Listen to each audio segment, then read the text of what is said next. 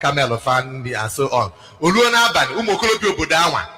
Ndigibia, then a Benjamin. Umokolobio boda, what would the man say? Knife.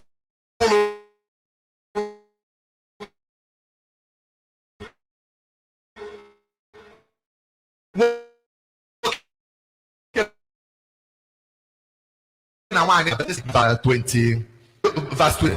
Verse 22, and verse 22, the man has said, now as they were making their house merry, behold, the men of the city, certain sons of Belial, beset the house round about, it at the door, spoke to the master of the house, the old man, where said, bring forth the man that came into your house, that we may do what? That we may know him. Actually, Tinia, I be working, man, I like working by, actually, where I go, put the man, I deny.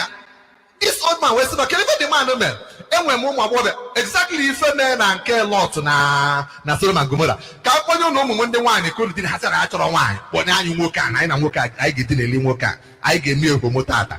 So, everybody may see how that may the argument. The man no way because I'm Wunyawa. Na akwataiko so na esoto mwoke so the man will package you when you kwapolofia said then mono my hono chali jeme na verse 25 na Russia verse 25. So but the men will not hearken to him. So the man no way actually took his concubine now unyanwa say bob na like mwoke oya iko ngwa je ke kwa ka kwa giko ke kwa joy ka fotata so or package you when you kwapolo ha munye. And they brought her forth unto them, and they knew her. However, this girl and they abused her all the night. This girl throughout the night. Yeah, we do the woman now. For my by the time Toto, that woman died. 1 year. So, the man from verse 29, and when he was coming to the house. But for Namunia or Bano number the man, where took what say Munye, Nana said he took a knife, laid hold on his concubine, and divided her into 11 pieces, together with her bones, into 12 pieces, and set her into all the coast of Israel. Can you get the man man? Into 12. Oh, well, side that, Bugalundebo, Ruben, well, side that, Bugalunde, no, Bugal, or call Fifa, the Gibia, or the Benjamin Union, half of the Muniko, Boya, or more, Bugalunde, the Judah, Bugalunde Zebulon, the Naphtali, and so on and so forth. So when this cell and those only have a Simba, now the very far, Boamo Cafame, now in short, this cell, okay, funny in the way meeting where Cindy Benjamin, oh no, Mamu Makameleha, oh Mazia Qualita, Sepoptafa, Naigebuha. I gave Buhan had deserve long. No, they have a question man over Israel. It might be funny thing. Benjamin, where Sefa oh, yeah, Bebenaga. I said, no, where do one you get Metaka? If I'm a lot of Mamba, Namado Metaka, they protected their own, they shielded their own. Now, when you know myself, and now when the many have a source of Belial, the Benjamin and Jonah, we won't release them. Nabulon Debo. So, everyone that protects it, this is does always say, open on up to Romaka, and Yanuso, no, 11 tribes, where Yanuso, so one tribe of Benjamin. The Benjamin Ralo, come I got to Maka, Nuso Nayago, Quadon. To our greatest surprise, however, Baog. Nimen of our Baog, Obu the watch ya, na that battle. Verse 21, chapter 20. Can go see him. The first round of that battle, Bible says, and the children of Benjamin came forth out of Gibeah, and they destroyed it down to the ground of the Israelites that day. Madone. 22,000 men. Never want you. Ndia bufa melalo. Hajuna fama mpoputa umu fa protect umu ha. Ano baso 11 tribes were being so forgo. Continue to Chineke magazine ni Fede Benjamin made the right for protecting their own children. God fought for them. Family Israel in the won Israel 22,000. Now how do you reconcile that? Israel na chia sigini na eme ha. Simple. Israel went around 2. 9 verse 23. Verse 23 was, and the children of Israel went up and wept before the Lord until evening. Now, sorry, Ghana verse 25. 25 was, and Benjamin went forth against them out of Gibeah the second day, was in Kbaud, and they destroyed down to the ground of the children of Israel 18,000 men. All of them were people that were drawing the sword. Around 2. Benjamin book of 18,000. If I call 18,000 plus 22,000 or the 40,000 Israel who's part of Bologna. Each one the Benjamin is I say now I know to protect our misdirected brethren. Amari Hahane, me weje kwa iko kwa buo mmadụ n'iko. No haka I na fight. I na fight for them. Obodo niile ma how to fight for their own youths. Even now you to this one zealous make a mistake. You will first of all go if people they go now you no chago dog nezi but as any mono. You were now going to say we build through well let me tell them what therefore in our support to her. Oh God, really high easier igagente. Man, they put up publicly na go see na warrior or fear garu to control them.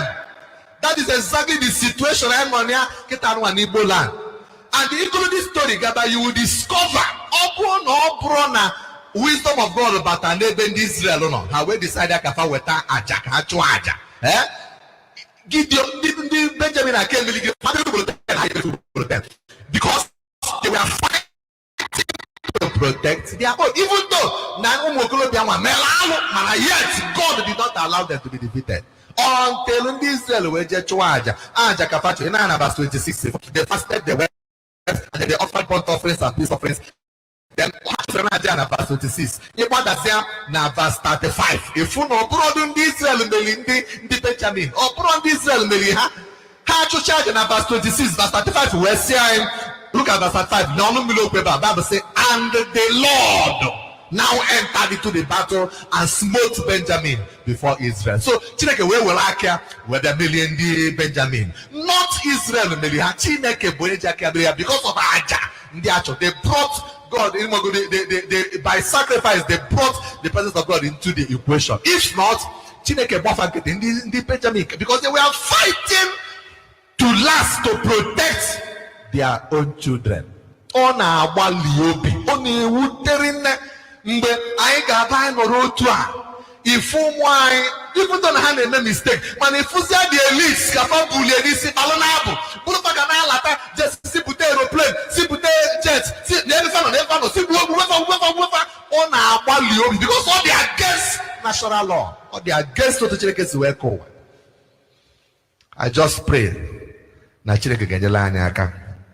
And I just pray na ndị ndu anyị na Igbo na mmụọ amamihe ka abata ha n'isi because many of them lose go the essence of their being, occupying the position ha na occupy. Oh yeah, but they can't even control the youth. They believe it was in them. They don't even look up to them. They see them as saboteurs and I fuck the slaves to the Fulani. They sell them out.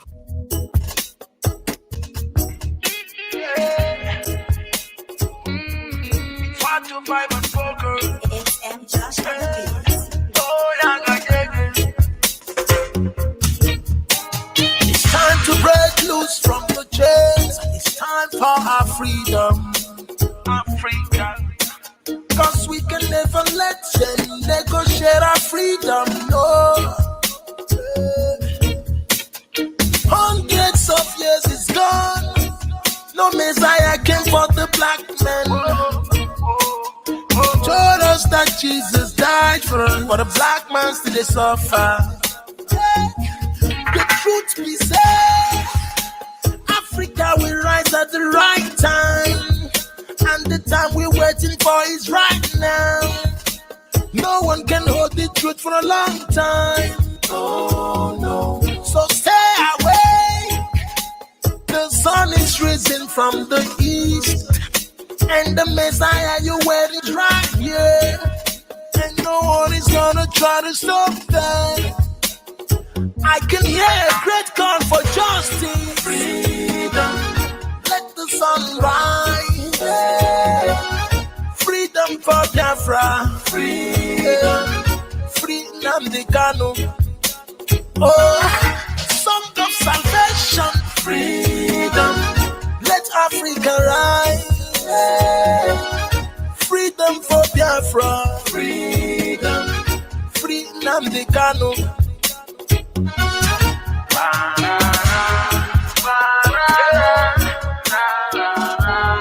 Free Nnamdi Kanu.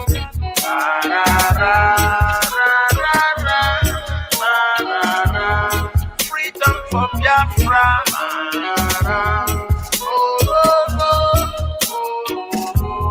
Free Nnamdi Kanu.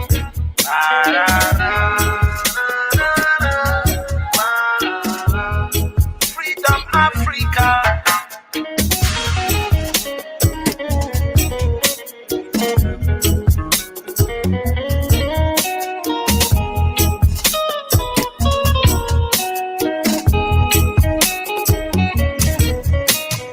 White man fighting for self-determination is celebrated. Black man seeking for self-determination is the separatist and the terrorist. Yeah. When they jail a black freedom fighter, they jailing African freedom. Don't I have rights to my self-determination? Is that a crime? Oh no. Don't I have rights to live? Don't I have rights to express myself? Don't I have rights to speak? Can't I complain if I'm marginalized? The genocide in the land that nobody even cared about. Even when I try to speak, my voice is muted every time. I'm like a slave in my land, I can't take it anymore. I hope the world is listening to my plight. I can hear a great call for justice. Freedom. Let the sun rise. Freedom for Biafra. Freedom. Free Nnamdi Kanu. Oh, the song of salvation. Freedom. Let Africa rise. Freedom for Biafra. Freedom. Free Nnamdi Kanu.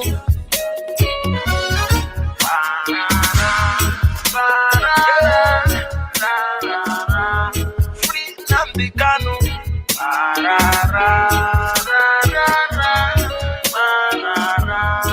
Freedom for Biafra.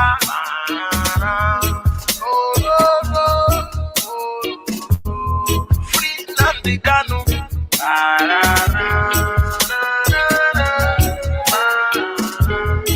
Freedom Africa.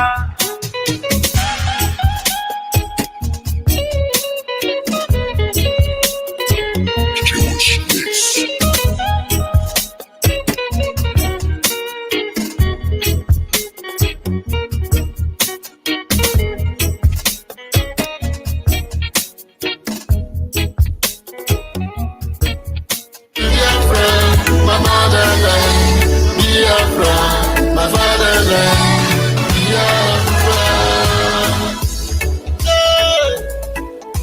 At home we see incarceration, we see subjugation, economic strangulation, marginalization.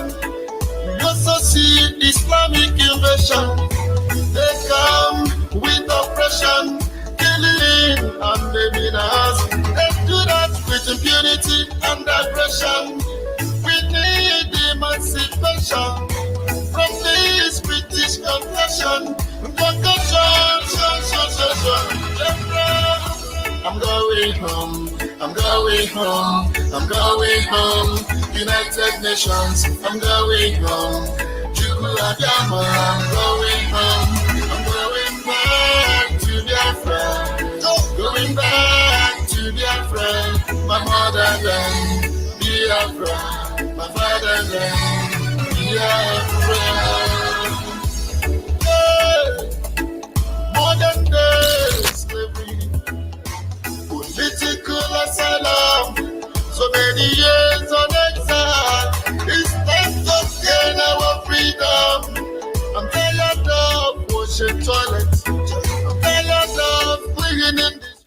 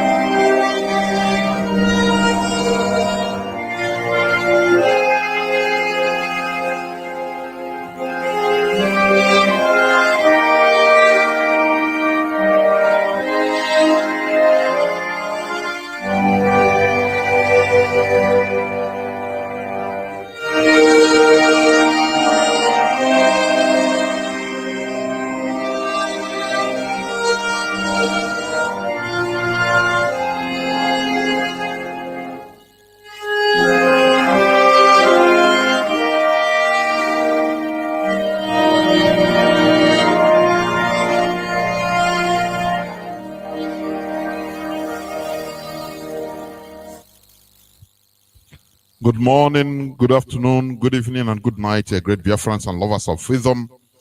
This is Radio Biafra Hausa coming to you through Radio Biafra London. My name remains Mazi Jonathan Chinedu from our low province of Biafra land.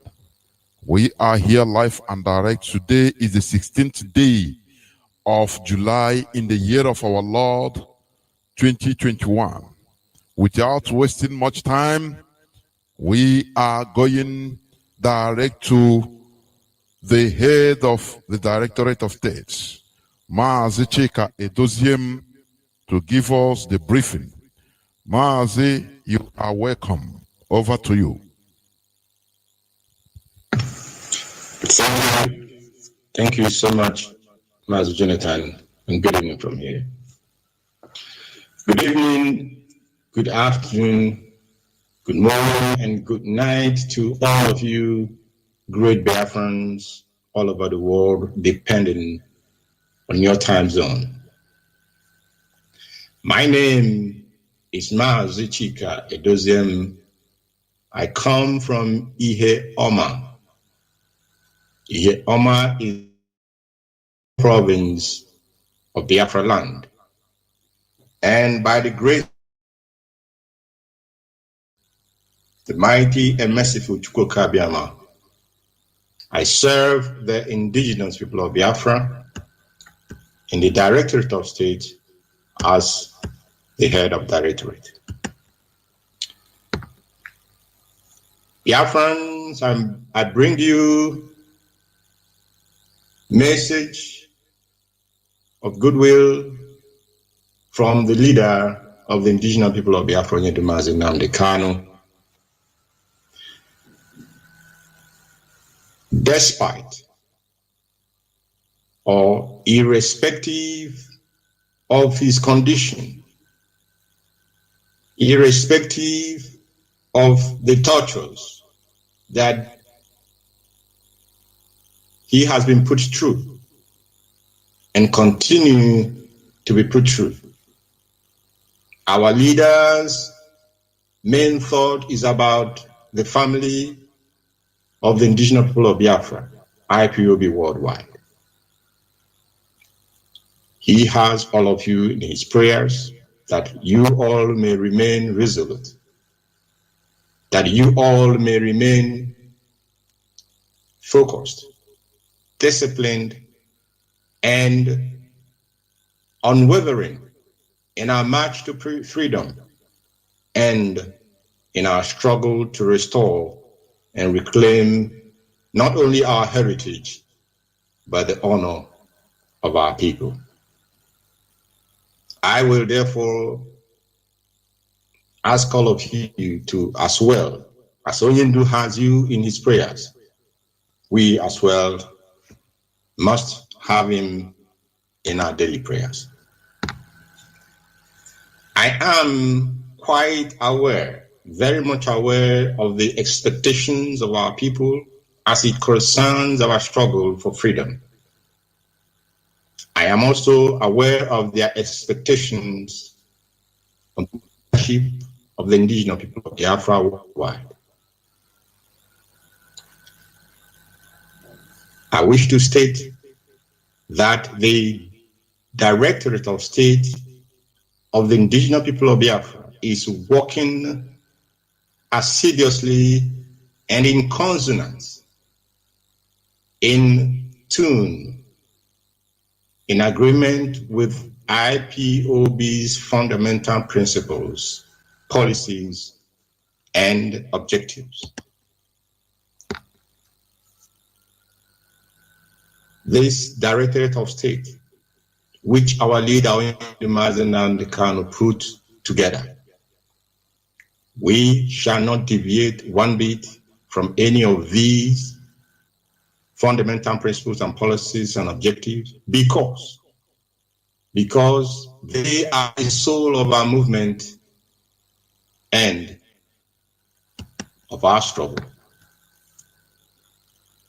It is therefore in this regard that I will be holding a meeting with IPOB USA principal servants on the 25th of July 2021. I repeat, I will be holding a very important meeting with myself and, of course, some members of the directorate, with the IPOB USA principal servants. And those who will be invited to that meeting will, of course, be properly informed. The continental rep for North America will be instructed on the details for this very meeting. And while I am on USA,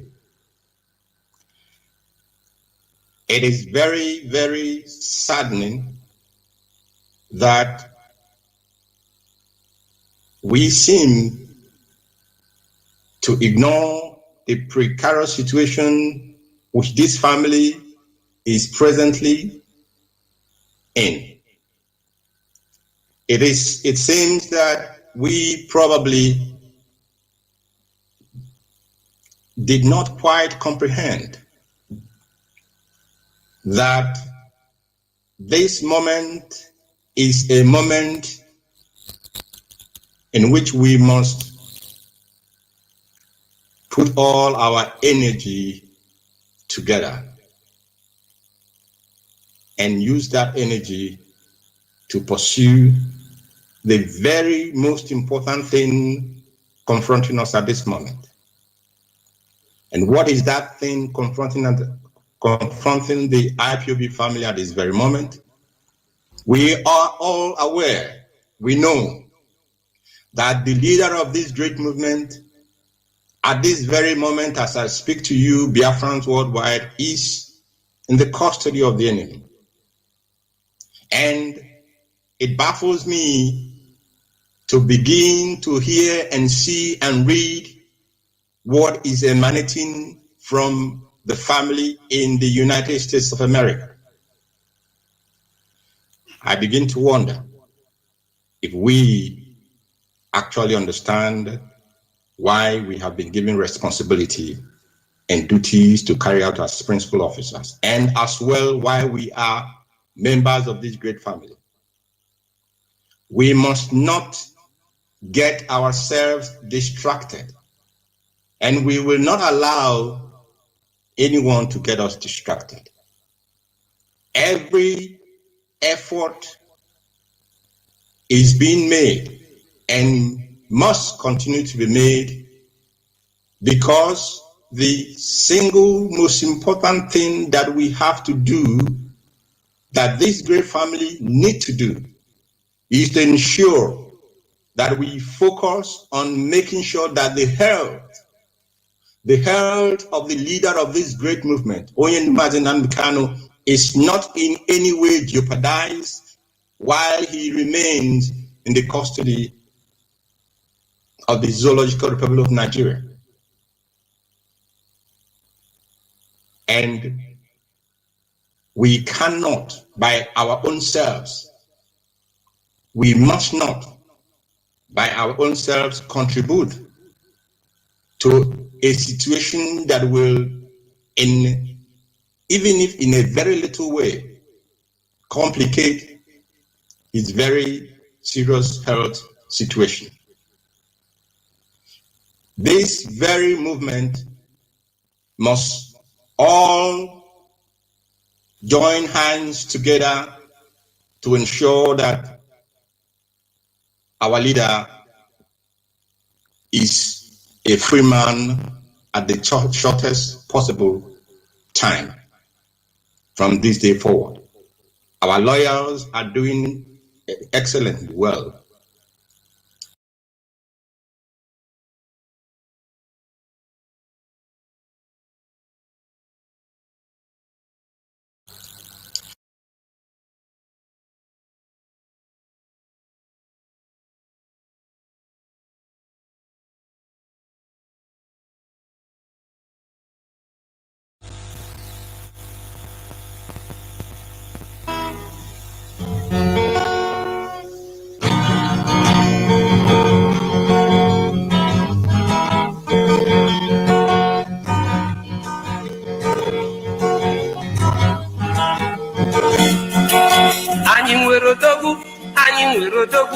Anyị nwere odogwu pụregede me mamadu.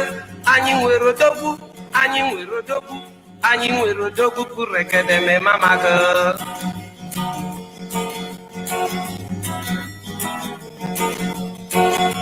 ọsanya golọgwụ ọsanya golema ọsanya jeluka nke mbọchị ndọcha jabụ anyanwụ ọsanya fele foto jesu maọbụ nke neye ọsanya fele ihe akpụrụ akpụ n'ọba wurakụ ma nyefele nkapirapi n'osisi dị n'ọshụa anyị kpara nkedo n'ụwa terofutara akpụ chukwu abịa ma gbakwasa ya nya anyị nwere odogwu anyị nwere odogwu anyị nwere odogwu kuregede me mama gị anyị nwere odogwu anyị nwere odogwu anyị nwere odogwu kuregede me mama gị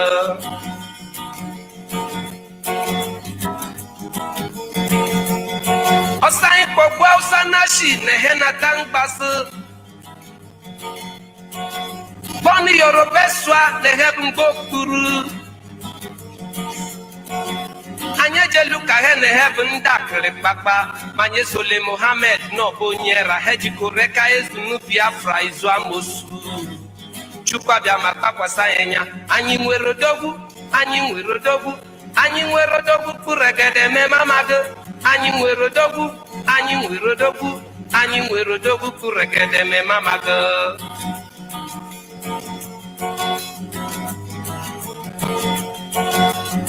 ọsị n'eluigwe biafra kutere aligara ọsị ọcha idoma chidokdoi na ọchị ibagwa chidokdoi kalaba na abak na abatete chukwu abịa ma gbakwasa ya nya anyị nwere odogwu anyị nwere odogwu anyị nwere odogwu kuregede me mama gị anyị nwere odogwu anyị nwere odogwu anyị nwere odogwu kuregede me mama gị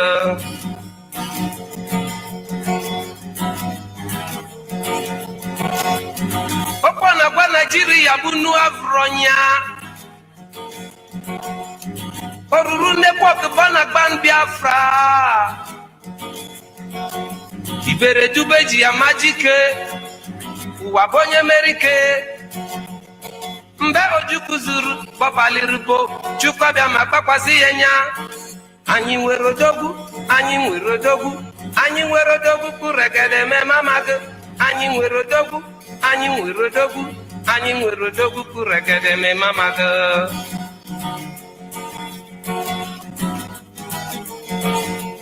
eriri ji obele jisike mejoti yọzde jisike nejoti n'elu nkwụ obele n'elu nkwụ oru mejoti ji ada obele gatabe chikpo n'onye dị tọkpọtagịrị chukwu abịa ma gbakwasa ya nya anyị nwere odogwu anyị nwere odogwu anyị nwere odogwu kuregede me mama gị anyị nwere odogwu anyị nwere odogwu anyị nwere odogwu kuregede me mama gị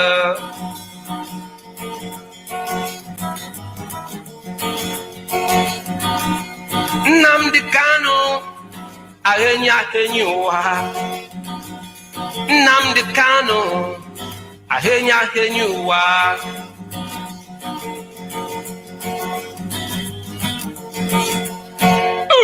odogwejegu kamukadi ya n'obu odogwejegu kamukadi ya n'obu odogwejegu kamukadi ya n'obu odogwejegu kamukadi ya n'obu odogwejegu kamukadi ya n'obu chukwu abịa ma gbakwasa ya nya Dr. Nnamani Nsọ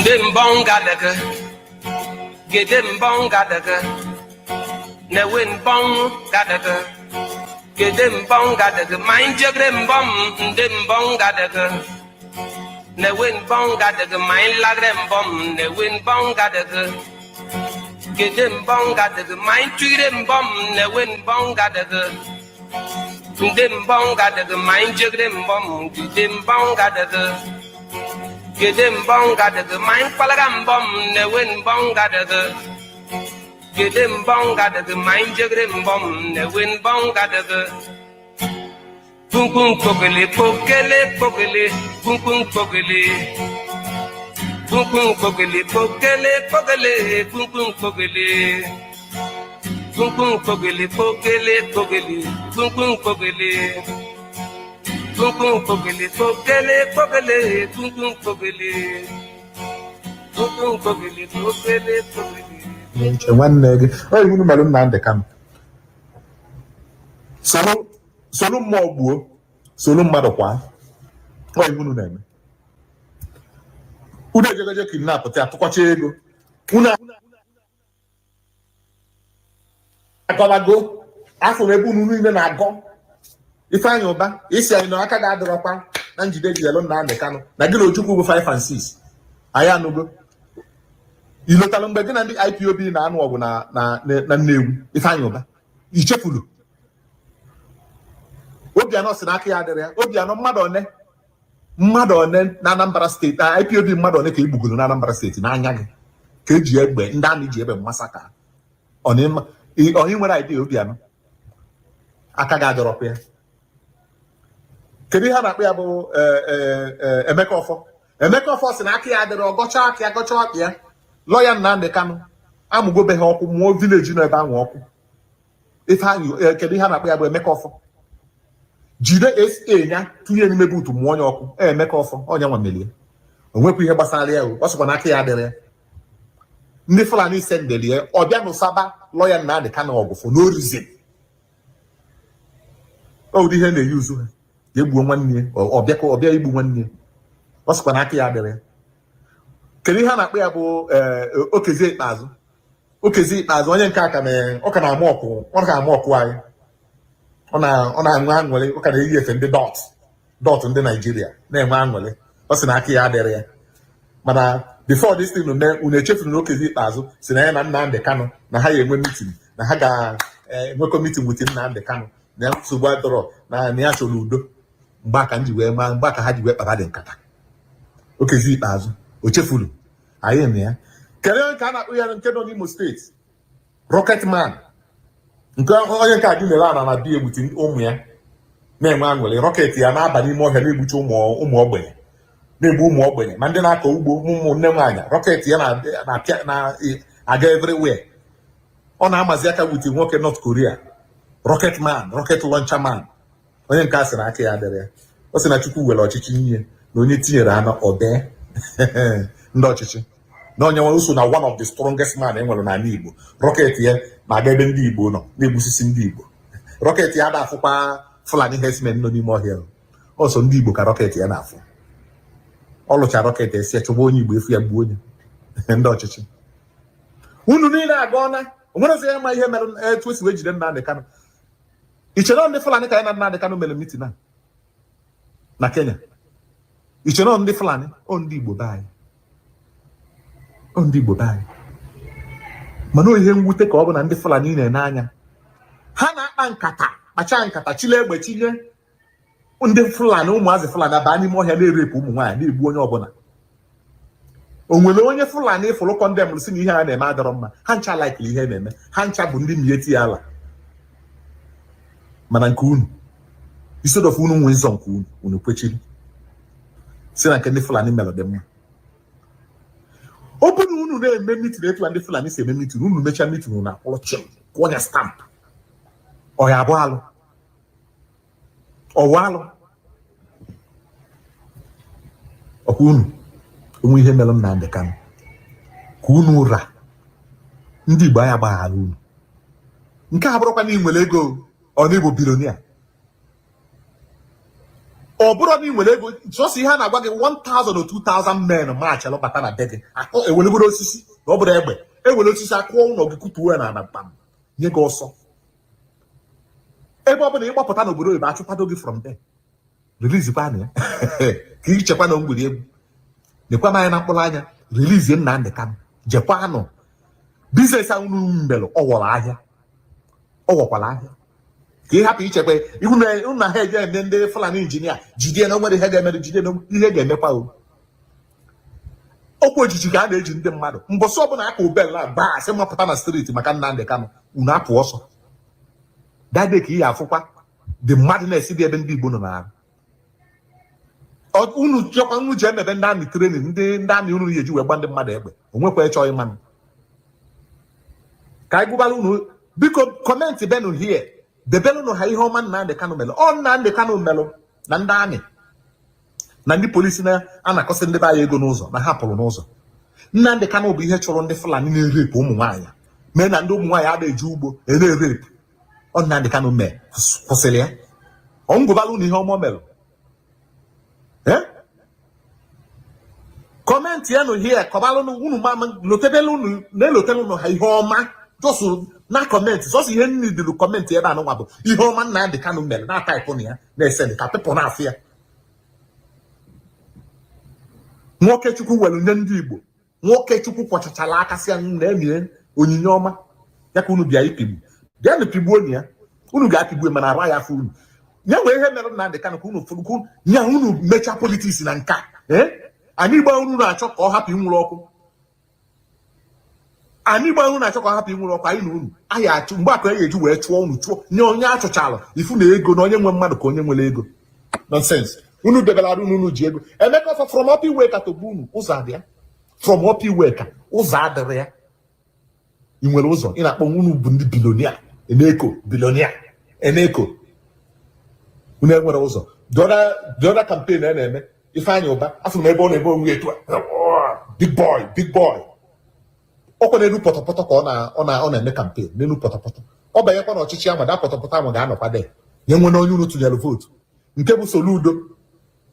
Onye nke ahụ Chameleon ọ na-amịgharị oche na ya machara game ha ọ gbapụta ebe ndị IPOB nọ ka ọ ma ma ya awọrị anyị anyị enyi ọsọ ọwa ọ na-akọ nke sọrịa ọ na-apụta for gọvanọ jegodunu na be ha agwata be ha o nwere ụzọ a na-akpọ Soludo Road jee ndị akụrụ fọlọ ka ọ dị Soludo Road ọkwa obere ụzọ ọta yiri nwurie jee nụrụ akụrụ fọlọ ụzọ o dozinwulie ọ ya a na-agbagodo mgba bụ ndụ wee nụwa ọgwụgwọ ọnwụ a na-ebido n'ụlọ wee malụ mma wee pụtawa n'ama ndị bụ ndị unu ya tụrụ vootu sọsọ elekshọn bụ ihe dị ha mma ka ha bubaba bilonia ịfụrụ onye nke banyere n'ọchịchị na ọbụrụzie bilonia ụzọ ya alụrụ mmiri mba ndị Fulani bịagodo gbuo oge ha chọrọ ịma ihe a agbaghị ewechere n'onwe etu esi eme n'onwe ka esi eme na enwere onye unu tụrụ vootu ọ bụ na dis people ma alụ nwere ọgụgụ isi ha filu na ndị Igbo ma ihe kịta nwere ihe nite na elekshọn si bandụọ ya ontele Nnamdi Kanu apụta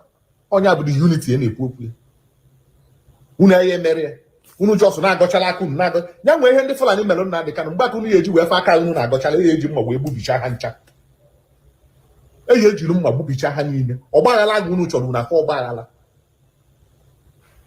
emenwere anya dụrụ unu mma na-emeka ọfọ sọsọ nke ebe imegide ndị Igbo luo ọ na-amịgharị ke aka eze n'ukpo ọ nọ na biznes ọ nọ na politiks o nwere nke ọ na-adịrị eme common one factor o nwere nke ọ nwere n'ala Igbo jụọ na ya ndị abụkwa ndị Igbo elite o ndị chọ ka a na-akwanyere ha ugwu jụọ na ata eze n'ukpo ke nke ọnwụ factor nkịta onwe nke ọ debere eme ọsị gị na ya nwere kọntaktị ala ji na o nwere nke kedu ha na-akpọ ya bụ ndị Fulani na ya na ha bụ 5 and 6 sọsọ ihe ha bịa imegide ndị Igbo onye ka Joe Igbo ji wee nọdụ na Lagos na-akọ yati ọ na-akọ gwegodu m ndị a niile onye ha okwu ha na-adị ka okwu mmadụ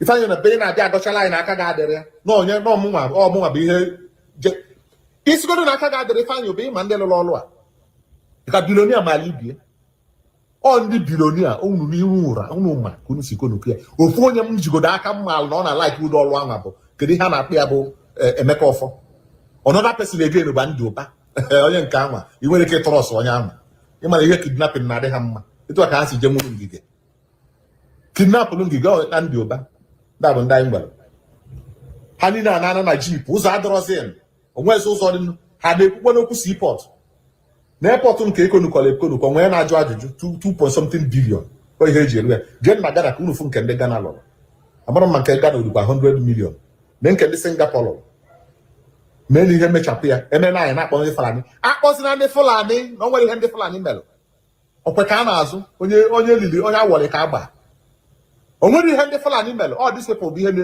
ndị abụ na ya daga ndị iru ọ ndị Fulani bịa lụọ airport alụrụ ihe a Soludo Road nke ọ sị na ọ kpọrọ Soludo Road o mere ma o jego weta ofu ụzọ baa anya afara be ha ọ ndị Fulani mere edoziri ụzọ ahụ befe banye n'ọchịchị enye gị akwụkwọ gị saịnụ na ihe no development na ala Igbo ibụrụ anụ ọhịa ịbịa saịnụ which is in a Belai campaign. Young women and the can Unuyafu here.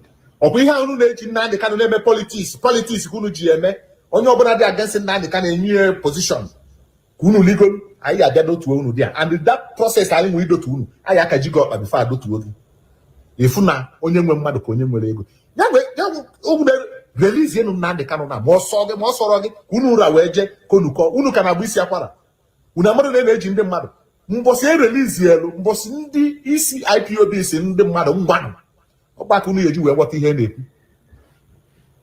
Just not only I can work it. Mbosaga quake when all your Mapatana street. That back when you were Malona billionaire, no matter how to call. Back when you were Mandy moved. Release your non the canon. And all you open a prepared against on 26. Abuja in the field up. Kahamalo yes na onye nwe mmadụ ka onye nwere ego. Lemon on state affairs. We are discussing the Fulani question in Nigeria. And the Fulani question is also the Nigerian question. I could remember discussing the Igbo question. As you discuss whatever question, other names come into the picture. Looking at the Fulani question again. Yes. It's like it is a warrior tribe. Yes. A tribe always on the mission of conquest. Yes. It's not just the Nigerian problem as we talk. No. There's also the Fulani problem in Mali. In Mali. It's raising its head in Burkina Faso. Burkina Faso. In Cameroon. In Cameroon. There's this conflict. In Senegal. Have we really sat down? In Central African Republic. Have we sat down to say, let's work out a comprehensive framework to solve the Fulani problem beyond the issues of emotion? Yes, I know. Well, you're right. And I will also agree with you that we should look at them beyond emotion. The Fulani as a people may have come from the union between the Berbers and some remnants of down south of the Sudan, that area and so on, intermarriages and so on and so forth. But the truth of their history is that they never, ever built even a village. They are just a wandering people. They are just like the gypsies of Europe. That's who they are. They are gypsies. They are what Cyprian Ekwensi called Sokugo. In the noble burning grass. Yes, the Sokugos.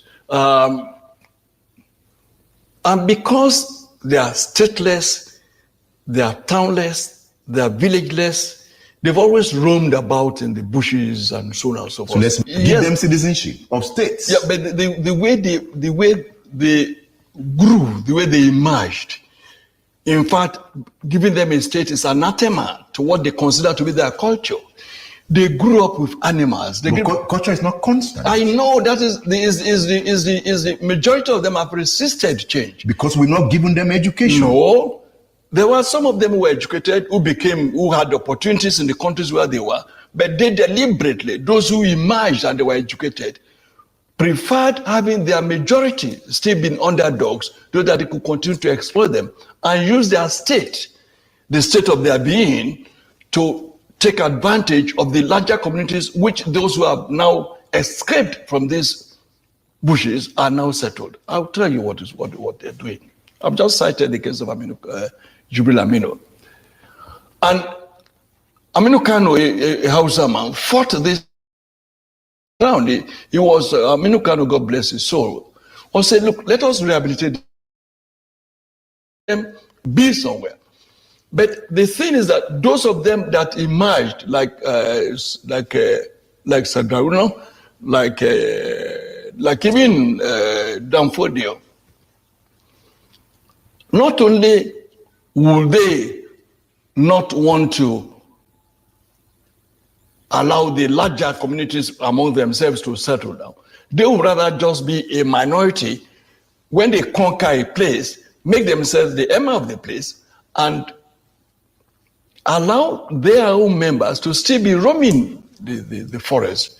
Because they were, those who didn't escape this forest life, they were brought up with cows. They think like cows. They, like somebody observed, they lived in the jungle with snakes, with cobras. So their thinking has never gone beyond that animal level. So when you see them carrying guns, when you see them raping and killing people, that is their mentality, that is the level of their reasoning, that's the level of their development, of their civilization. But Chief, if this persists, yes, in a state where we have intelligence, yes, is it not failure on our part not to have come up with countermeasures to rehabilitate their minds and use their energy for development?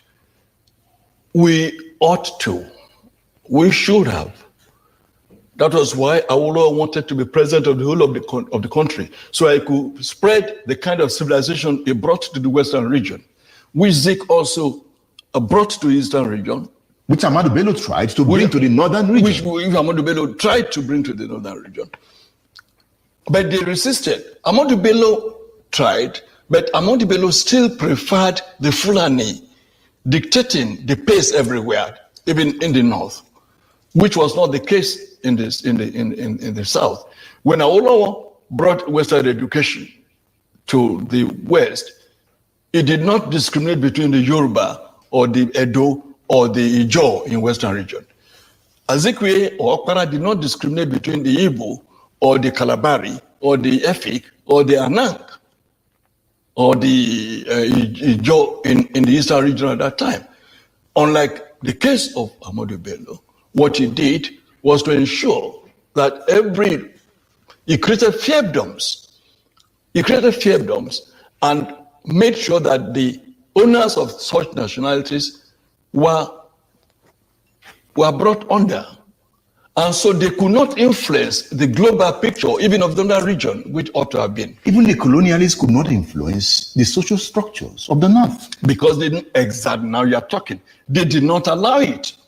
Or the colonialists allowed it. No, because to their own advantage. Because the colonialists realized that they could not take an Igbo man for granted. They could not take a Yoruba for granted. They could not take an Ijaw man for granted. But they found that these people who were more interested, the Fulani were more interested in just preserving their own status quo and allowing the rest of the North to be underdogs, which suited their own philosophy, and which also allowed the British to do their ruling by indirect rule for them. So it paid both of them to be what they were, to remain as they were. And that's why they remain stagnant. It's not a question of why didn't we create a template to uplift them or to take them out of the woods.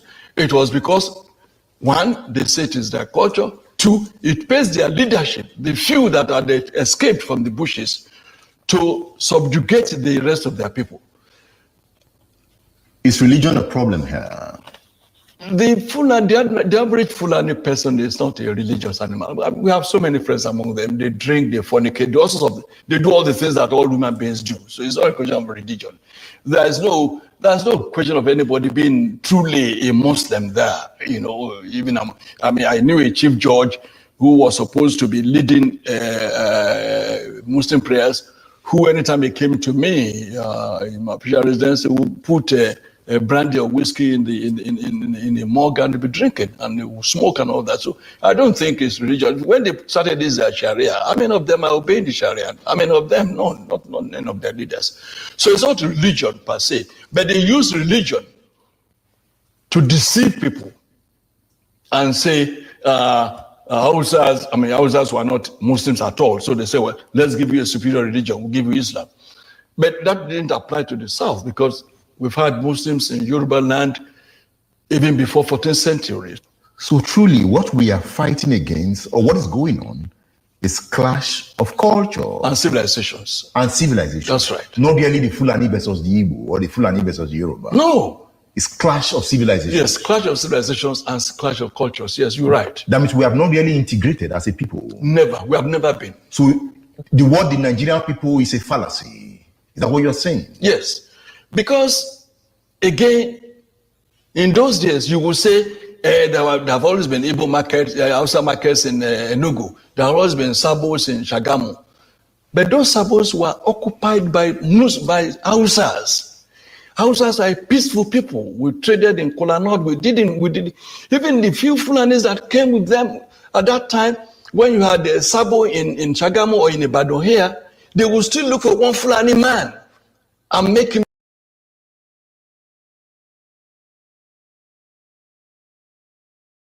Always use the word corruption to deceive people. But the jihad is over. How come the Hausa man is yet to claim that Hausaness again? It's just now that the efforts we are making in the south have begun to yield fruits. You will be surprised to hear that now in Hausa land, we now have Hausa Christians. Never had that before. Never. You now have Middle Belt Forum that are saying we are not Northerners, we are Middle Belters. We are not Northerners. Don't call us Northerners. Now, when you see a Jukum man or you see a Lantan man and you say you are Hausa or you are Fulani, he will be angry. He may even draw his dagger. Don't call me Fulani. I'm not Fulani. I'm not Hausa. What we did not know until recently is that when you call a Fulani man Hausa, he will be angry. He will say Banzani. Because he knows that I'm superior to Hausa. Can you say I'm Hausa? But before now, before Buhari came to establish his suzerainty over Nigeria, we lumped all of them together for Northerners. And like I wrote some 4 years ago, there's no North. There's no North that we used to know. The North is dead. There's nothing called North anymore. So there's a Fulani now standing on his own. He's standing on his own. There's no more North. If they try any war today, oh God of mercy.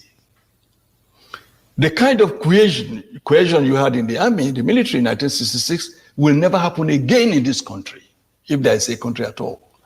You will not find a Hausa soldier now, an Igbo soldier going to Enugu to kill a fellow Igbo. You will not even find an Igbo soldier coming to Ibadan to kill a Yoruba man, or a Yoruba soldier going to Enugu to kill an Igbo man. It will not happen again. So the Lantan people, the Benue people will never, ever allow themselves to be used by any Fulani mischief maker. So if I'm getting you right, your argument is that the Fulani hegemony has been broken. Dead. If the Fulani hegemony has been broken, yes, does it mean that the social structure of Nigeria is about to witness a very hard hit that will lead to a new Nigeria? Yes, for those who agree with you to the extent of the fact that there are still some people who want a Nigeria, a group that I don't belong to. But for such people, yes, with the weakening of Fulani hegemony, there could be a Nigeria that will integrate the Soba Fulanis, the town Fulanis, and still reconstruct, rebuild, and then have a Nigeria that should be. But I, as a person, as Tola Adeni, believe that it will take probably 1,000 years to change the mindset of a Fulani person whose philosophy is kill, maim, rape, send away people from their land and let me occupy it. That is the bush Fulani. It is the bush Fulani. Not the town Fulani. Not the town Fulani. And the town Fulani is more in number. No! The town Fulani is less than 1%. How did you get that figure? Oh, go and find out. Let them allow a sense. Who are the Fulani? There are very few. The ones who have in Abuja. Or the few that dot spaces in Sokoto. I'm sure that you know that Sokoto, as we speak, is not a Fulani town. Is it not? No, that's a mistake we make. Zamfara is not a Fulani town. There are more houses in Zamfara than Fulani. There are more houses in Kano than Fulani. But the Fulani govern. They are in town. They are in charge. Yes, so it's their town. Yes. By subterfuge, by cunning, by crookedness, by all sorts of gimmickry. Or by integration. Not integration, by intimidation. And I said they are politically savvy. What they did to the rest of Nigeria, when they realized that the Fulani in the military, they could no longer use the military to retain power indefinitely. Since they've had power, they had access to the treasury, they say, oh yes, Edmund is from the east or wherever, brilliant man. He may likely oppose us and contest with us and rival us. Let's make him an ambassador. Let's give him an oil block. Let's make him a billionaire. We padlock his mouth. Let's get an Abiola, make him a billionaire. Let's get this, let's get that. And make them big. They will never be able to look us in the face. Then we can continue. Looting the treasury, we can continue. And once when we are in control of the treasury, we are in control of everywhere. So we can hire thugs, we can do whatever we would like. And that is why they introduced what I call plutocracy into Nigerian political etymology. Plutocracy. Meaning? Plutocracy is the government of the rich. Yeah. Oligarchy is the government of the muscle men. So the rich man will employ the muscle men and they'll be ruling. So you have the rich men who will employ thugs in Lagos, who will snatch boxes, who will prevent Igbos from voting, and then they will now have the government. That's what they have, the plutocracy.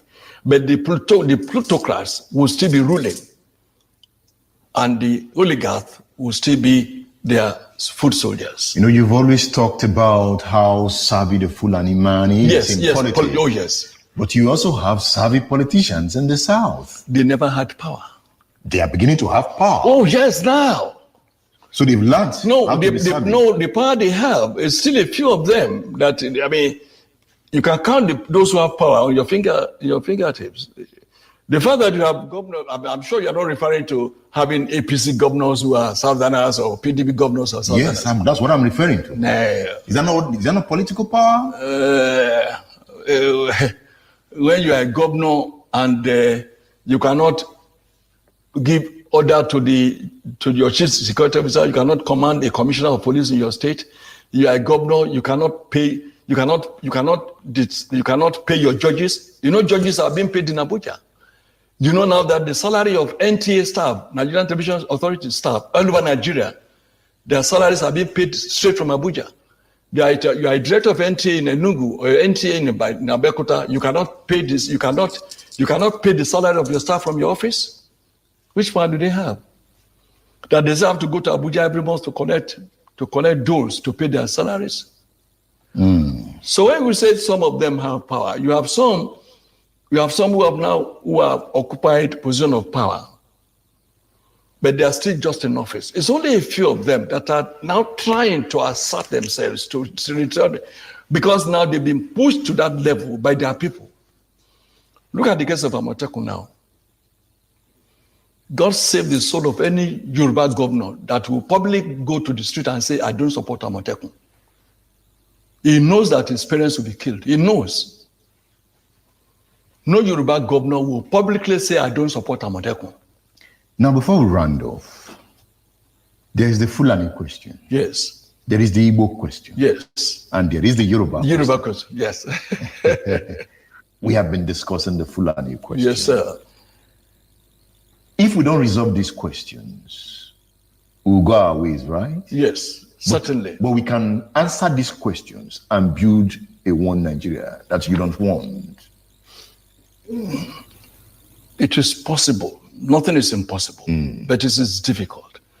Difficult in the sense is that by character, by pedigree, by culture, by level of civilization, we have one leg amongst these legs that believes in domination, that believes that others are inferior, they are infidels, and their own concept of their own religion tells them that these infidels have no right to live, to exist. Their belief can be changed if they are engaged. Hitler had that belief. Hitler wasn't a spiritual or faith.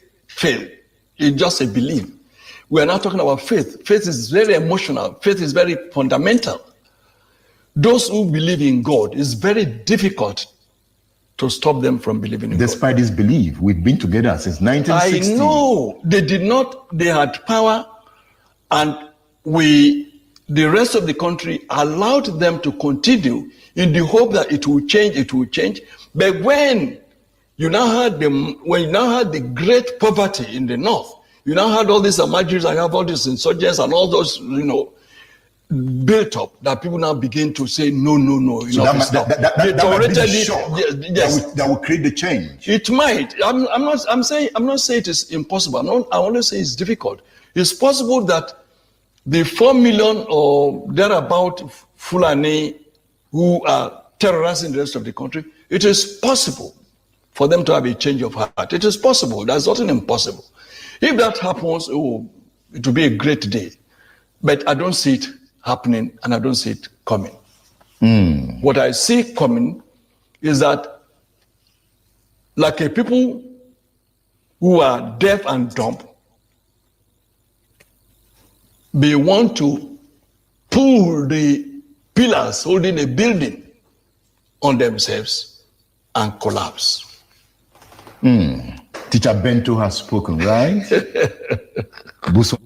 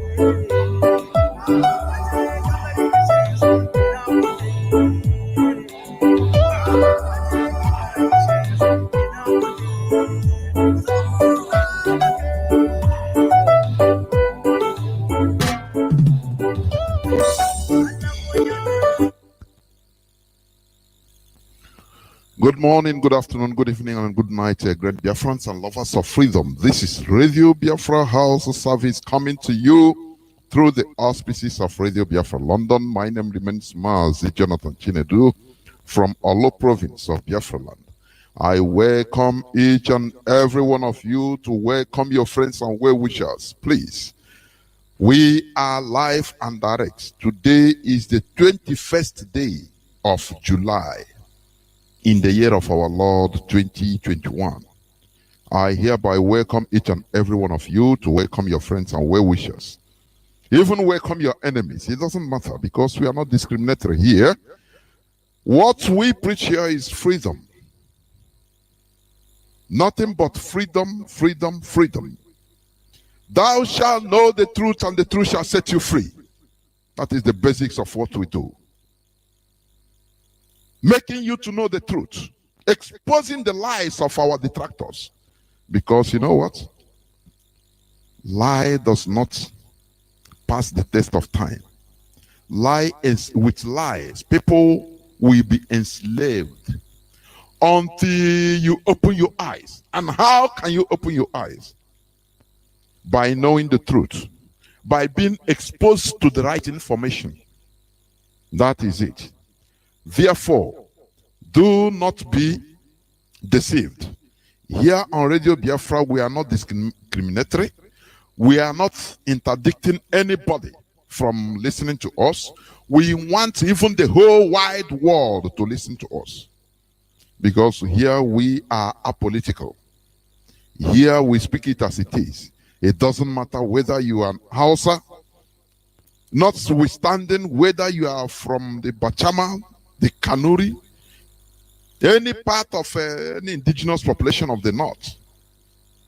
You are highly welcome here.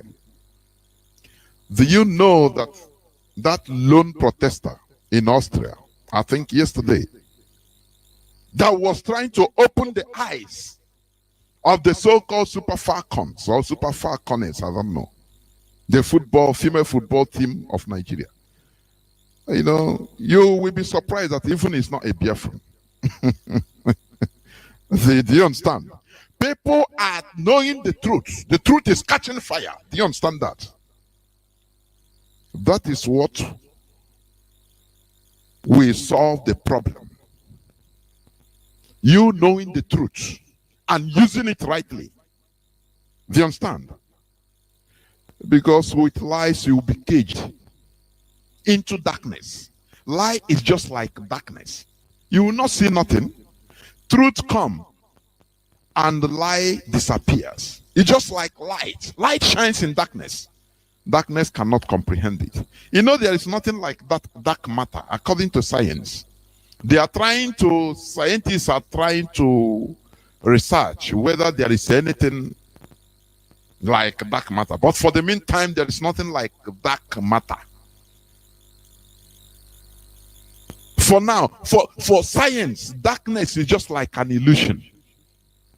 How you feel? You feel that darkness exists. No. It's a figment of your imagination. That is darkness. It doesn't exist. Darkness simply means the absence of light. Do you understand? Therefore, where ignorance reigns is where there is absence of truth. Absence of truth. That is, now ignorance takes over.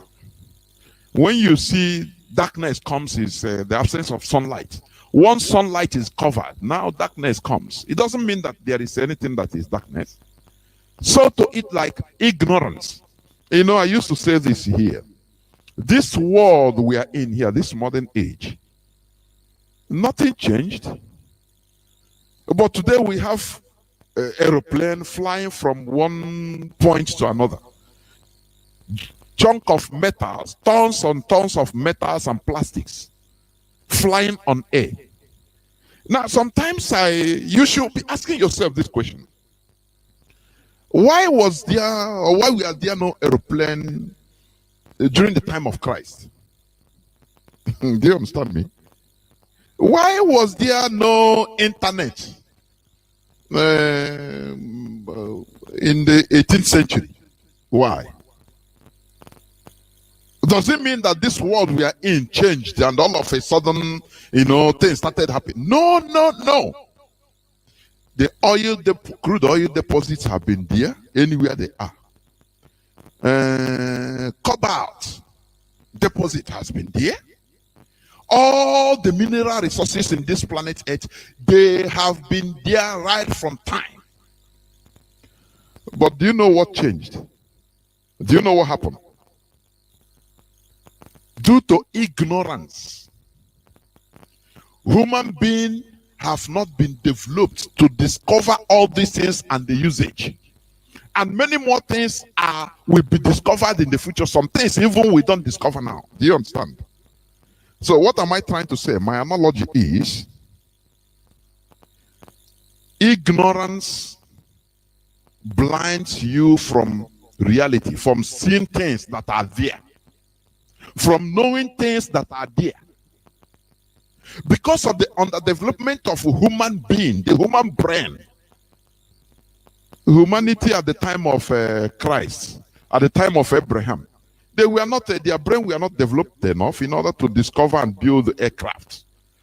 But does it mean that the parts, the natural parts, natural resources, tin, plastics, things that are used in building aircraft, it doesn't exist that time? They were there plenty.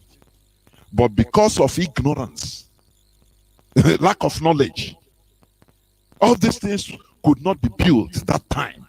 Do you understand? But they were existing in the natural states. The things to build the parts and join it and bring out something has been there right from time immemorial. Even cars. Do you understand? During the time of Christ, I'm giving you this analogy, giving you example of time of Christ because it is popular. The time people know, they read in the Bible, 2021 years back. There was no car. Why don't you ask yourself why? Does it mean that metals doesn't exist in the natural state? Does it mean that no bauxite as of that time? All these things exist, but the human brain was not matured enough in order to know all the, to put things, discover all these things, put them one into 1 plus 1, put it in. No. Why? It is ignorance. Do you understand? So we should understand this. That time is just like darkness, ignorance, just like darkness covering. The bringing of light now disappears the darkness. Little by little. Darkness doesn't exist. The same way light does not pass the test of time. So what we do here is to empower people with the truth. So that you can come out, even you can, anywhere you see even so-called super eagles or handball, Nigerian handball team, you just enter like the man did as a supporter. When the bus or train or boat starts going, now you stand up. That is the most powerful protest. I'm telling you. It is being had, it ricocheted all over the world, and it's still ricocheting. And let me tell you one thing. Those children, those kids, those footballers that we are listening, some of them, the thing we think, as of that time, many of them will be doing karakara, but at a time, at one time or the other in their life, the thing that man said will ricochet and sink deep into their mind. That is just like planting seed. Just continue planting seeds. A time it will start growing. Believe you me.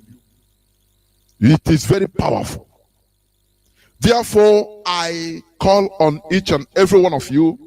It doesn't matter the ethnicity, the tribe, the color, the religion, the creed you are in. It is time for you to gather around your listening devices in order to listen to the gospel of freedom.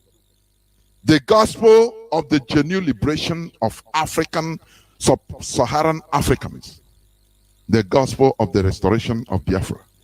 The gospel of the restoration of the nations, the indigenous nations that are being caged in that quagmire called Nigeria. but only one criteria with which you listen to this hallowed platform. Come with a dose of your common sense. Just a dose of your common sense, nothing more. Come with a dose of your common sense so that you can be able to process information rightly. It doesn't matter how my voice sounds.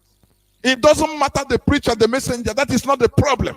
What matters is the message that you receive. That is the message. Do you understand? That is why I call each and every one of you to gather together to your listening devices. We have multiple of them. In Biafra land, we have our FM relay stations. In many places of Biafra land, even beyond.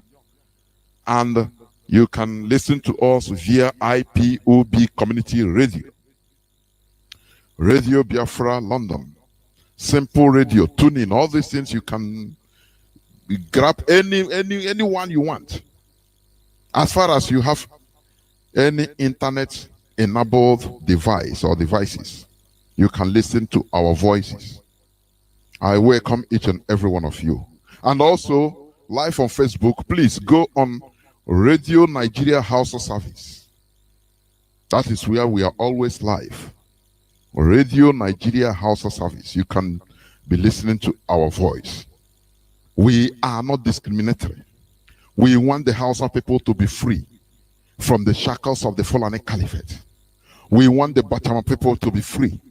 We want the Gware people to be free so that they can develop in their own ways. We want all the indigenous people in the south, in the middle belt, in the north to be free from the grip of the Fulani Caliphate.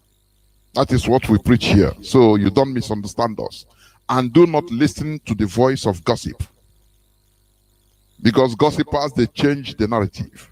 They will tell you that, oh, don't listen to this radio. They are talking about Biafra, infidel, this and that. No. We are talking about the liberation of the indigenous people in Nigeria. Do you know what it means to come to a place, a foreigner, coming to a place and joining people, joining nationalities, nations that are incompatible, nations that don't have same value system. Instead, they have opposing value systems. They join them together by force without their consent and call them one name, Nigger area. And you're happy wearing green, white, green to go and represent them because you are receiving money, because they will pay you some money, and after that, your suffering continues. The suffering of your children generation continues. After that, the shame that you are undergoing all over part of this world continues. Why can't you think and reason like a human being? We need to solve this issue. We need to solve this problem once and for all. Instead of patching it, we need to solve the problem once and for all, and that is why we are preaching. So that every Hausa person, every other ethnicity in that quagmire called Nigeria, we understand and know that, look, it is no more business as usual, that they are in bondage. Do you understand? That they are in the bondage of the Fulani Caliphate, that they need to remove themselves from this bondage. Therefore, before I continue, we must pray and commit this hallowed platform into the hands of the Almighty Kbaud. Our Father who art in heaven, the creator of the whole universe, hallowed be thy name. We have once again gathered in this hallowed platform in order to preach the gospel of liberation, the gospel of freedom. Kbaud, behold, our leader is in the hands of the enemies. But we are not worried, because it is part of the process. It is part of the process that we destroy that entity called Nigeria. Therefore, be with him. We know that nothing will ever happen to him, because he is on a divine mission. Because he is in a divine mission. Therefore, you sent him. He is not on a physical or artificial mission. He's in a divine mission. Although it is part of the process, but Chukwuka Abiyama deal decisively with those that are behind this extraordinary rendition. The same way you dealt with Judas. It doesn't matter, no matter that Judas, the betrayal of Jesus Christ has been foretold by your prophets. But woe betide him through which Christ will be betrayed. And also woe came unto Judas. The same way I am cursing those that are behind the extraordinary rendition of our leader. Those that knew what will happen and they didn't do nothing about it. Those that contributed one way or the other, by cash or by kind, in order to make it possible. Now, we destroy them and their generations and deliver our leader, because we know that he will come out triumphantly. Chukwuka Abiyama, give him more of your spirit in order to even preach your gospel anywhere he is. The gospel of liberation. Because Nigeria is darkness. And we are bringing your light as we are children of light. Destroy them that once was destroyed. And kill them that once was killed. That at the end, Biafra will be restored. And Nigeria will be destroyed. Through the ashes of Nigeria will come up. Rise up all those nations that are being caged in that rubbish, that shithole called Nigeria. Thank you, Chukwuka Abiyama, for in your name we have prayed. He said, once again, I welcome each and every one of you to today's edition of Radio Biafra Hausa service. Our leader is the indefatigable Mazi Nnamdi Okukano, who has sacrificed everything. Everything, I say, in order to make sure that we are where we are today. In order to make sure that people are liberated from the grip of the Fulani Caliphate. Today is the 21st day of July 2021, being Wednesday. We must continue. We must continue.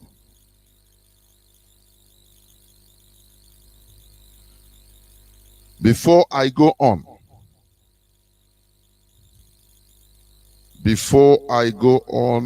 I think let me just play. Okay, listen to the announcement, please.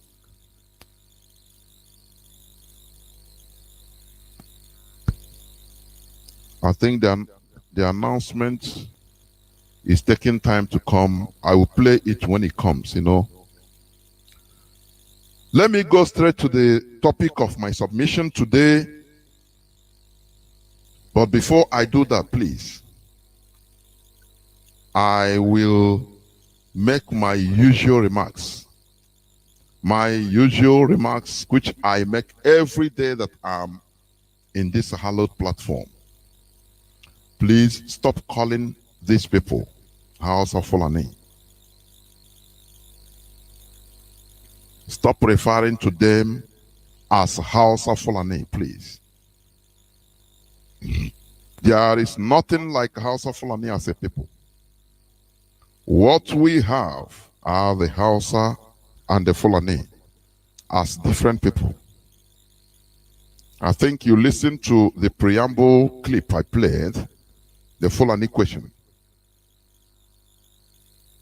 An interview made, I think, one year back or 2 years back by Edmond Obilo to Mr. Adeni, which I will play some part of it later during my submission. The Fulani, they are very savvy. They are politically savvy. I've been saying this. You know, before we are deceived. You know, it's not deceived. We are ignorant. Or we were. We say, oh, the Fulani, they are also Fulani, they are back home. No, no, no. You know, there is something. The Fulani, there is something they smartly did. When they conquered the Hausa, they found out that they cannot do anything. They cannot bypass the Hausa and be able to conquer others. Now they join to them as parasites, you know. They join with the Hausas. Not that they join themselves with the Hausa. When you study history, you see that, look, during the time of Ottoman Danfodio, he made it as a duty. He told the Fulani from every part of Africa that we are coming in that time, that it is a duty for them to have Hausa women, Hausa wives. I don't know whether people understand this. The Fulani, they understand the act of compromising a race. The same idiocy and ignorance that our people are using now, marrying Fulani, our women, because he's a senator, because he's a politician. Now you think that you can say, oh, these people, they are politically savvy. They use everything as a weapon to fight. Ottoman Danfodio made it a point of, he made it almost a law that all Fulani must marry Hausa women. Do you know why? So that there will be crossbreeding. You know? And when a child is born, mostly the child will take part of his father. Mostly. They will have Fulani blood. So that when you are talking, you will not have any difference. You will see the difference will be blood. The Fulani, they are very few in number. Do you understand it? This crossbreeding will make them boost their population. Now, Hausa people will be confused even.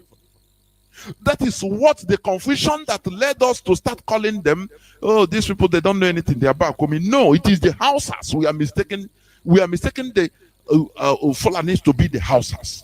This is the reality. The Fulani, they are very smart, politically smart. It doesn't matter they are cattle rearers, but they have been in the politics, in the business of politics for centuries. Do you understand me? That is why Ottoman Danfodio, after the conquest, before the colonization of that zoo, before the amalgamation of the zoo, the Fulani, they have been in conquest, business of conquest. Do you look down on people like this and say they don't know anything? Instead, it is you that is saying they don't know anything, that doesn't know nothing. You understand? Because if you know something, you will not even look down on people like this and joke with them. That is why they are controlling everybody. The Fulani, they wrap around the Hausas and be using them because the Hausas are more populous. They use them at will and dump them at will and kill them at will. They turn them into almajiris. Do you understand? So that they can use them anyhow. When they want to do dirty job, they will use them, carry them. They will be numerous. They will use the numbers, the Hausa numbers, and say, we are all the same. Oh, we are all the same. Now attack the Igbos, attack Biafrans. And they gather the Hausas and attack the Biafrans. Do you see? But when they want to get money, get benefit, they will seclude themselves and answer Mietiala. They will answer Fulani nationality movement. No Hausa Fulani. Eh? They will collect 100 billion naira. They don't mention the north. But they will send their foot soldiers in the south, in the forests of Ogun, in the forests of Yoruba land and Biafra land. Their foot soldiers, the Fulani headsmen, in order to commit atrocities. Now, when the people rise up in order to chase away the Fulani, do you know what happens? They will start crying. I mean, the Fulani, they will come out and start saying, oh, they are attacking the Northerners in the south. Oh, they killed the Hausa people. They will never mention Fulani. Sometimes I don't know. Am I even communicating? I don't know whether people understand this. This is a highly sophisticated game they are playing. Do you understand? They will, whenever there is problem against the Fulani, they know that if they say, oh, they are killing the Fulani headsmen in the south, or they are pursuing the Fulani headsmen in the south, they will attract no pity from anybody. Even in Katsina, they will attract no pity from the indigenous population. In Jigawa, the same thing. The whole north, all of them are against the Fulani because they are suffering the same thing. But when they want to make this political outcry, they will join themselves and say, oh, they are killing the north in the south. They are killing the north in Igbo land. They are killing the northerners in Oduduwa land. They are killing Hausas. They will hide themselves under the auspices of the Hausa. So that when the Hausa hear it, they will run up as, rise up as zombies and say, yes, we are all northerners. Do you see what they are doing? People that are doing like this and you say they don't know anything. It is you that is ignorant. I'm telling you before God and man. It is you that is ignorant. These people are experts politically. They are highly wise politically. Have you ever heard when they say, when they come out and say, because you are killing, you have killed the Fulani headsmen in the south, in Oduduwa land, or in Biafra land. We are doing this. No. Because they know they cannot, if they do it, the thing will backfire on them. So they will go and say, we the Northerners, we Northern Forum, Northern Elders Forum, because you are killing Northerners in your land. You are pursuing them to get up. They turn their problem into Hausa problem. They turn their problems, their private problems, into Gwari problem. The same people they are slaughtering.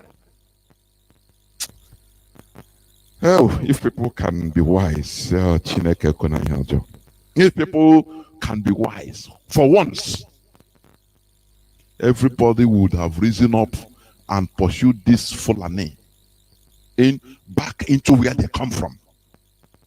Even the Hausa should have risen up to pursue, to send out back in this Fulani from the land of Sokoto. I'm telling you.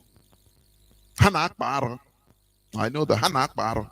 There's something we call it people that they commit anathema, but they use others to clean the mess. When the benefit comes, now we collect the money. It's Fulani benefit. When the benefit will come, Fulani nationality movement, we claim the benefit. It is their own. But when, in order to push others to go and work, now they generalize their own problem. Sometimes I admire them. Not that I like them, I say I admire them, for you not to misquote me. I admire them. If we can be wise, politically wise, although IPOB have come to put a stop in this their modus operandi. That is why they are mad at Mazi Nnamdi Kanu. Do you know that Mazi Nnamdi Kanu is the only person the Fulani Caliphate fears? Do you know that? Because he understands their way, their mode of operation. It's exposing them. And that is the fire he has put into everybody here in this hallowed platform. And we now, our eyes are now, we open our eyes, we put our searchlight on them. Any of their move, we tell you even beforehand, we now know how they operate. You know, one thing is this: when you are fighting with somebody, you need to first of all understand his moves. Try to understand his tactics. If you understand his tactics, you finish. Now you use another way around. You use that anti-tactics. Another thing that can be superior to that is tactics in order to win him. But when you don't understand your enemy, you downgrade your enemy that, oh no, it's nothing. This one don't know anything. And they are subjugating everybody. Who doesn't know anything? It's you. Please stop calling them the Hausa Fulani. There is nothing like Hausa Fulani as a people. What we have are the Hausa and the Fulani as different people, different nations, different tribes that never related. The history of the coming or the exposition of the Fulani in Hausa land started only in early 19th century, in 1804, when one Ottoman Dan Fodio, he was a preacher. When he started, he rose up and started preaching just like Sheikh Gumi. Just like Gumi. Started preaching. And he saw that, look, this house, they gave him listening, they gave him audience. And now Totorozie Piwa separated them. He put sword in their midst and cut the umbilical cord that joins them together. And things fell apart in Hausa land. Under 4 years, the Hausas destroyed themselves for the Fulani. And Ottoman Dan Fodio now thought that, look, the people living in this side of the world are inferior, that they could be easily manipulated into submission, into killing themselves. Do you understand? It is the same notion that the Europeans had in West Africa. I'm telling you, this is truth. Europe has been dealing with Africa for centuries. Europeans have been dealing with East Africans, other parts of Africa, on equal basis. But when they came to West Africa, they saw a people that are inferior in thinking. How do I mean? People that could be bought, people that lack dignity, people that you can use a white horse, Igwe, that we call it Igwe now, a common thing. But that time it was like G-Wagon or private jet. People that could be used, that could ordinary tobacco, cigarettes, mirror to buy. And now they sell their own people. That is the worst crime ever committed by a race. That is why black race is suffering till today. Do you know that? Me, I've preached this one time. The thing made the Europeans to downgrade the black race, because it is only a race that sold their own to foreigners because of what one small thing they can gain.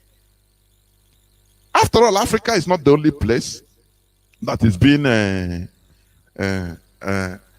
colonized by other powers. Asians we are colonized. Even Arabs, we are colonized. They colonize and we are colonized also. Other places we are colonized. But this is the only place, mostly in West Africa, because the sins of West Africans are being used to punish other black race in the whole world. That is what made other races, white, yellow, green races, anything you call it, to look at black race as people that can sell themselves very cheap, because of mostly West Africa. Europeans, they came, they saw, they say, okay, take this mirror. I need go and kidnap your brothers. If they resist, kill any that resist and bring them so that I pack them as animals and go and work for me. And they said, don't worry, I'll do it. I'll do it. That is the beginning of the fall of black race. The Europeans that they were serving, they said, oh, these are very inferior race. I'm telling you, mostly in West Africa, they are very cheap. In our land, they are very cheap. Because our land is zero. People don't understand what 0 degrees longitude and latitude means. It is highly profound and spiritual. That is why anything that affects us, it affects every other black race. And the light that we are bringing, it will rise up and, affect every other black race. White people, they know this. They know. You understand? They know. black race failed due to treachery. Even the Ethiopians they respected, they still use the same ire against every black race now because of the sins of few. Do you understand? The Fulani, they did the same thing because of the sins of the Hausas. Because of, other places, even in Futajelon, it took them decades, if not century, up to century, in order to have a foothold in Futajelon. Go centuries, yes, to conquer that land, that place. Do you understand? But when they came to Hausa land, they saw only 4 years and a great Hausa race. They destroyed themselves and knelt down in front of Ottoman Danfodio. And there they said, no. Please, there is something. Ottoman Danfodio, he vowed that these people will conquer all of them because they are inferior, very inferior people. Give them, you can turn them with money or turn them with religion. You understand? But here we are reversing that. IPOB. Please, I'll be right back.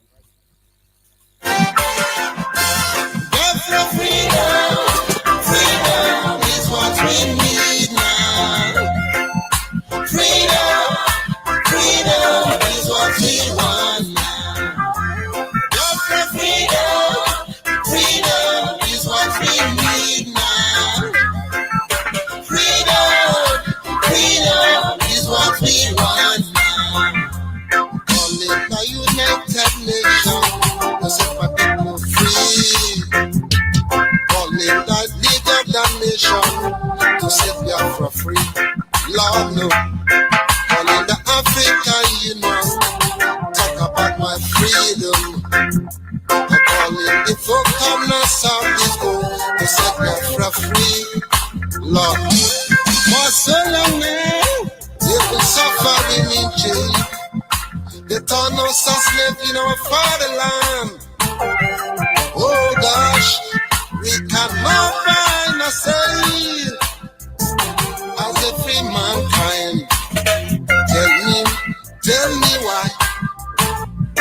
Tell me. Freedom is what we want now. Freedom is what we need. Freedom is what we want now. Freedom is what we need. They say hunger is the weapon of war.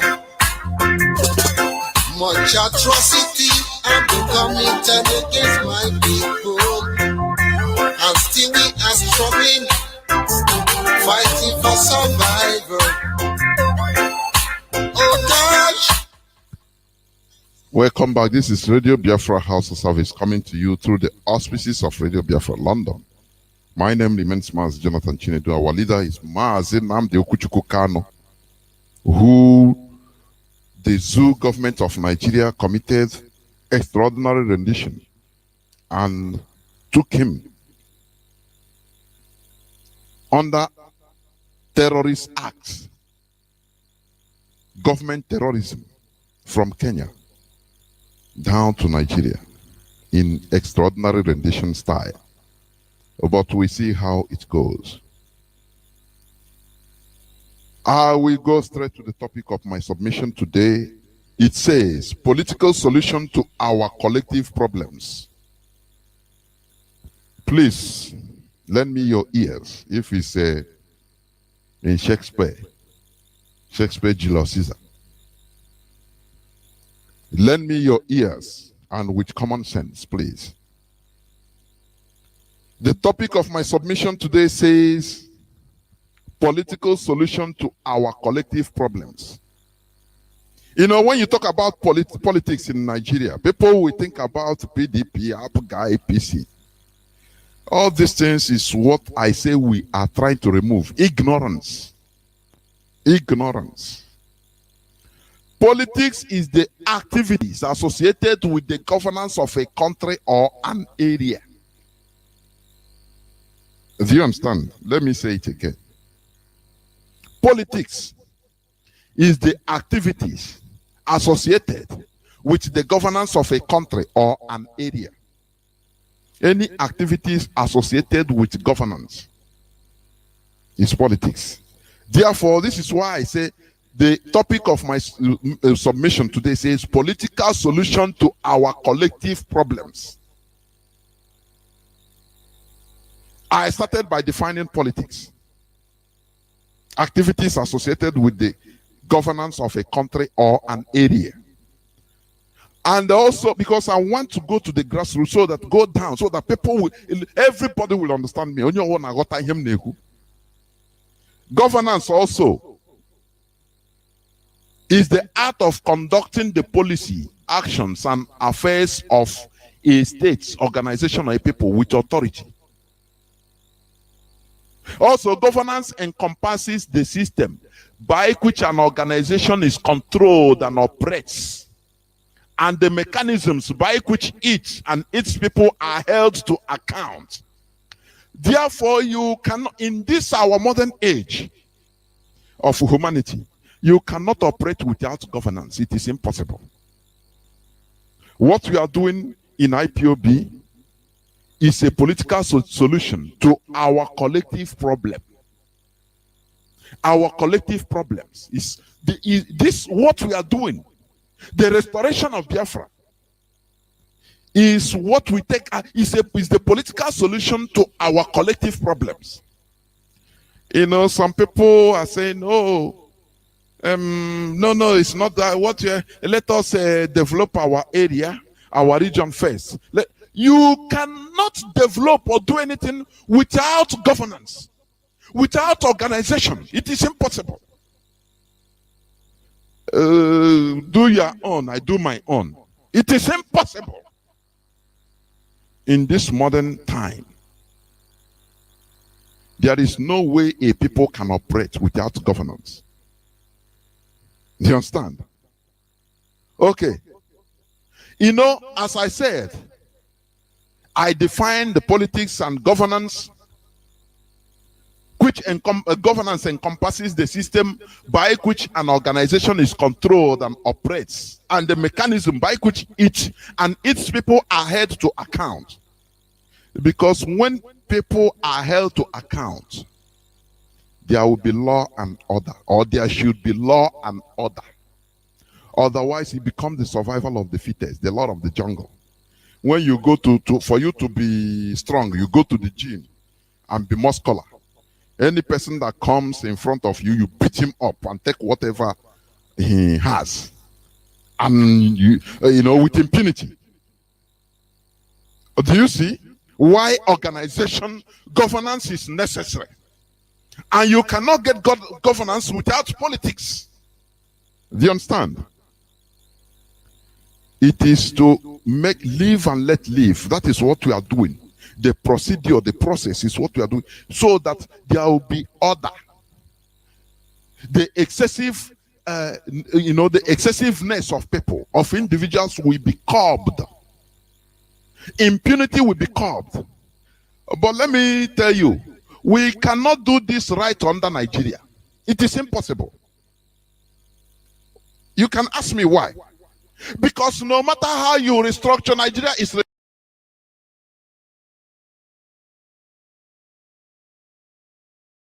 traditional rulers in our land.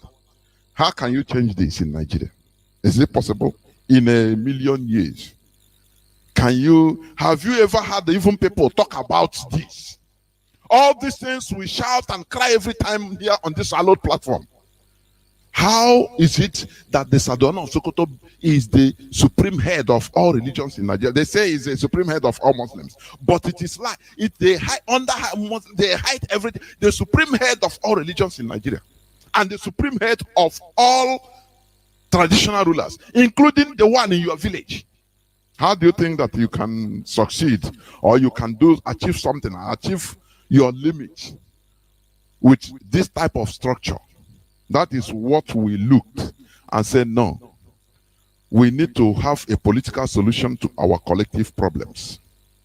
Please, as I said before, lend me your ears. People think that moving around and doing their daily businesses is equal to being free. No. You're moving around. Oh, nah. I'm moving around freely. I'm doing my business. I go and come. After all, you're not even moving around freely. If you're not stopped by a military man, the police will take your civil defense. You understand? I'm not talking about even during this Biafra agitation era. Let us flash back. Do you really move around freely? You go to buy goods in Lagos, right? How many checkpoints do you pass through before you reach to Onitsha, or before you reach to Amba, or before you reach to Nnewi? How many checkpoints? Are you free? Do you know why they are doing this? They are stifling you so that you can, instead of you, listen. So, this is very profound. The economic strangulation. When you think about, many people move out of Biafra land. It's not by choice, but they are forced to do so. When you establish your business, for example, where they have pushed shots into buying and selling in the zoo, whereas all over the world we are into every facet of life. Doctors, professionals, politicians, members of parliaments, everywhere in the Western world. But in Nigeria, no, we are not good enough. They push us into buying and selling. Go to Ladipo. Everybody is fighting with an axle rod. Now you want an engine block. Now you want an engine block.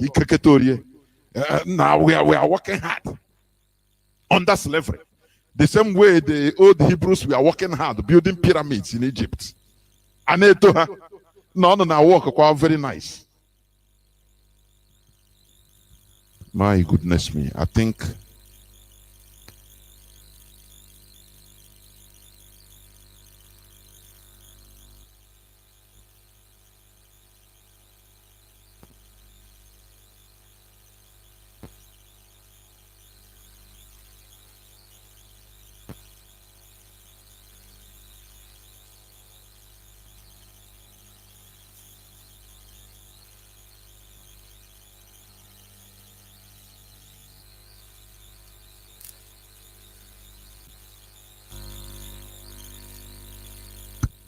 we must continue. We must continue. I thought I was cut off, but I didn't know that I'm still okay. I thought I was cut off, but I'm okay. We must continue to preach the gospel. As I said, they push out into buying and selling. Now you want engine block. Now you see professional people, scientists, and people that should make a difference. Now they turn them into sellers of tire. You go to Germany, see where you hope people ever have a tire, and now for 10 tires in one tire. I'm not against it. It's hard work, yes. But have you taken time to ask yourself, is it how we should be? It's artificial. The suffering, they put us into this artificially. And we must come out of it artificially. That is why I said, political solution to our collective problems. If you don't think if you don't think about all these things, you are not worthy to live. I'm telling you honestly. I'm making money selling engine block. Radiator. Radiator. I go make gain on it. Do you think that is the end? That is why you should have created. Whereas people are going to build it, the sky is the limit of people. People are building their societies, building their countries to their tastes. Any day the Fulani want, they will plan in they will tell the military, I beg, all these Igbo people, these Biafrans in Ladiko, it seems they are laughing too much. Go and cause mourning to them. You see, somebody will come. Now, I bought this radiator for last 2 years. One Fulani man. But it's no more working now. What you'll be hearing there is, sir, please, sir. You see people responsible Igbo Biafrans. Sir, please, no. Can you, sir, please? Okay, we can give you another radiator. Please, sir, please, sir. You don't think about all these things, do you? These are responsible people. These are people that even many have mansions in their homes. But are you living a life? Is that a life? You see a small boy that is even not up to your kid. Yeah, sir, okay, please. Okay, we can change that. Okay, we can dash you another one radiator, sir. Go down your depth. He said, are you talking to me like this? You bloody civilian talking to me like this? Okay, I will come. You wait for me. Sir, please don't go. Okay, take this one. He said, no, I no more need the radiator. I no more need the Kickstarter. Nothing more. He will with radio and they come and shoot people. Kill people. We wail. We mourn. And in the next day, we continue doing what we are doing. Just like India Brown. You don't think profoundly and say, why are we in this mess?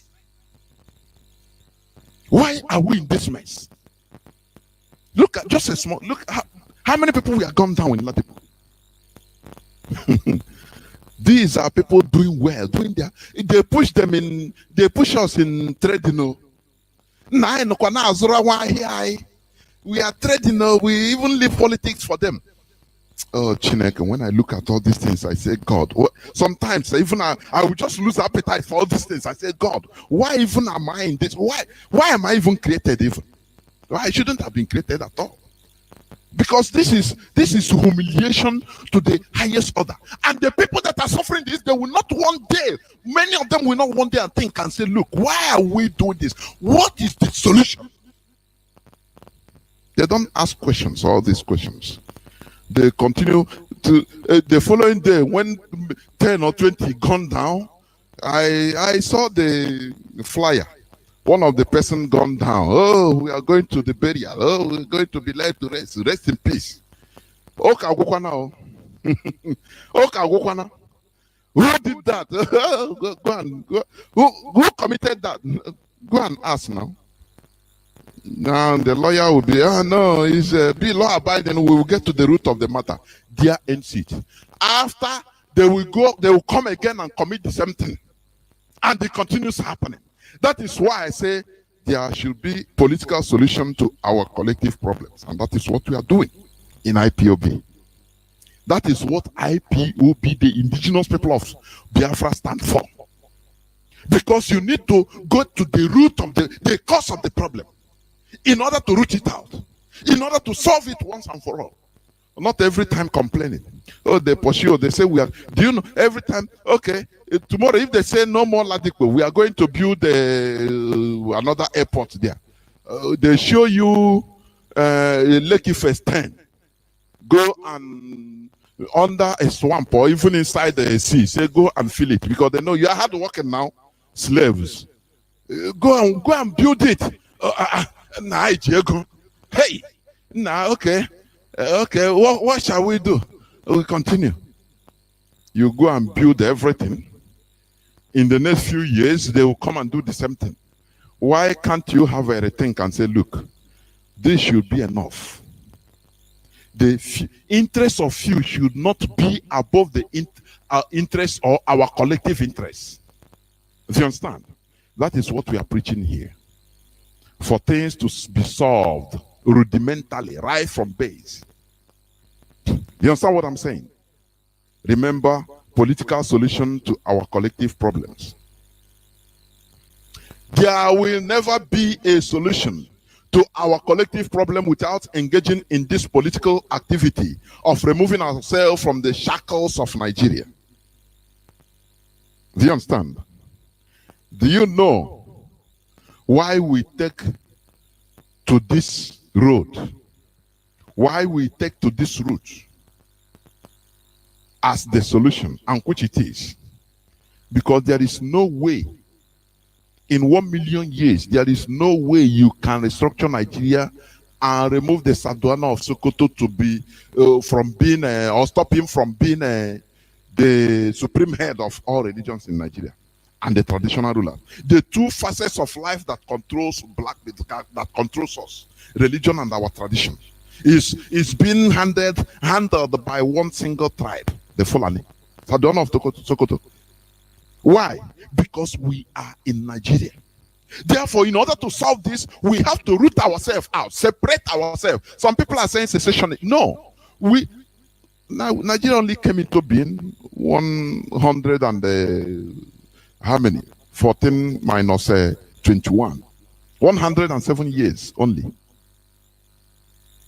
Before that time, what were we? We want to go back to who we were. Separate ourselves from this shenanigan, so that the law of the Fulani Caliphate, the Sokoto Caliphate, it will not be touching us. The supremacy of the Sardauna of Sokoto, we will not have anything to do with his supremacy. We will not be, our traditional rulers will no more be answerable to him.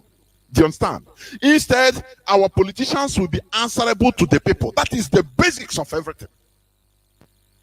That is why we need political solution to our collective problems. And that is what we are doing. The indigenous people of Biafra is the solution to our collective problems.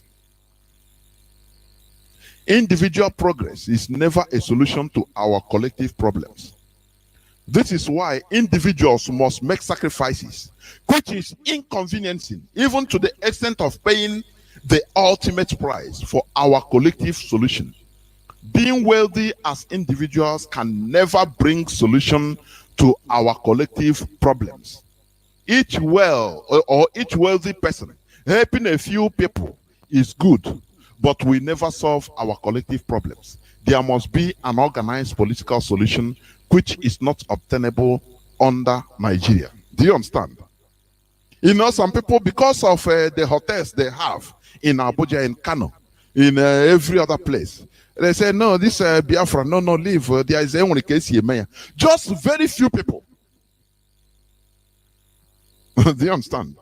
It is lie from the pit of hell. They are only defending their interests against our collective interests. People can tell you, no, if we start going back to develop, how can you go back to develop without having you know, power over your destiny? You don't control your destiny. You don't have no political power. What are you talking about? No, nothing. No, you don't have any power over your destiny. What then are you saying? When your traditional ruler is answerable to the Sardauna of Sokoto, when your pastor, your daddy Gio, is answerable to Sardauna of Sokoto, then what are you talking about? When your faith will be sealed in Abuja, what are you talking about? How? When they tell you that you don't have even enough number parliamentarians in order to make effect any decision that affects your life, what are you talking about? When they impose people upon us, when they impose their stooges as politicians on us, when they impose their millionaires or people that are rich, they make them like a makeover. You know them all. They make them, and they make sure that they use them as influential people in order to continue hewing us down. For those people, they are making money. You understand? You know, selfish interest should never go above our collective interest. Let me give you an example.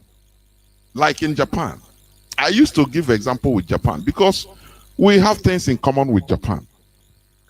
You understand? We have things in common. Intelligence. I mean knowledge. Yeah. To do something. To manufacture. The land of the rising sun. You know, the Japanese, they had their first contact with Europeans in, I think, early 16th century, 1543 or something like that, thereabout. First, the Portuguese, they brought Catholicism and the new technology of gun and gunpowder into Japan. You know, as wise people, Japan, the Japanese, they chose the new technology, they bought it, because before the samurai rulers, they fought wars with bows and arrows. The old version. But Europeans, yes, they brought a new technology of gunpowder to them. They brought also their version of Christianity, Catholicism. They took the gunpowder, the new technology. And before you know, the Jesuits, that is the monks and all of them, missionaries, they enter into Japan, started preaching Catholicism, Mary Namata. They started preaching as usual, no matter. And some Japanese started bowing down to the new religion. Even to the extent the Europeans, you know, they know how to do something. They are working just like the Fulani. They will empower, once they get somebody, they will empower you, make you to be influential, give you money and wealth, anything.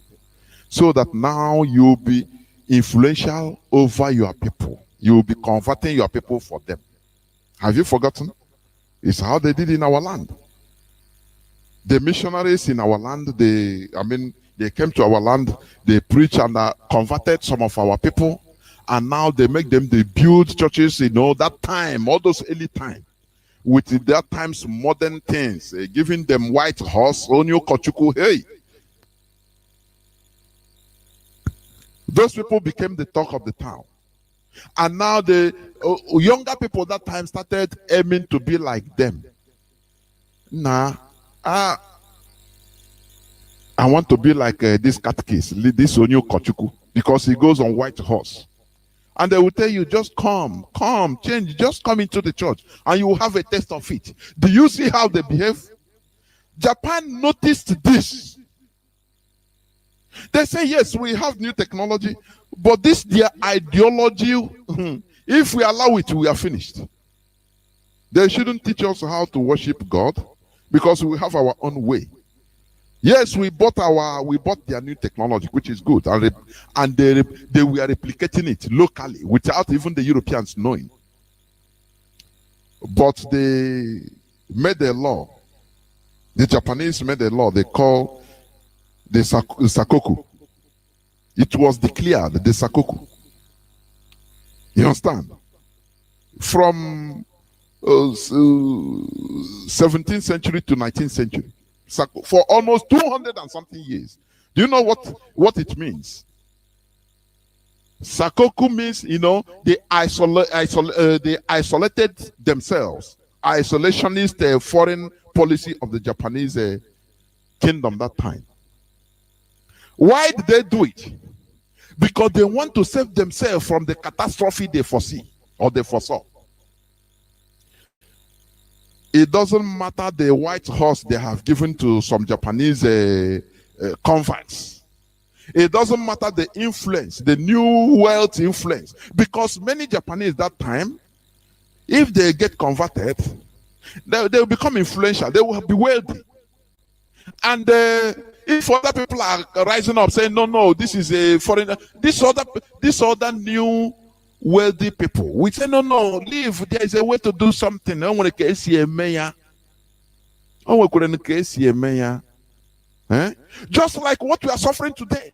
You see people that are waiting in our land causing havoc everywhere, trying to put us down because they are influential, because they are well, because of their filthy ways, because they have connections with Alhajis. Therefore, we should not be free. You understand?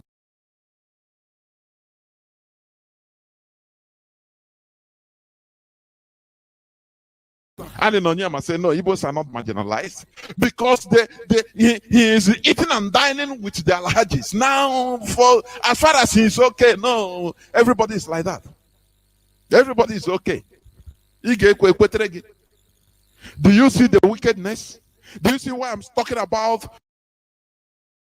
political solution to our collective interests? Because these people that are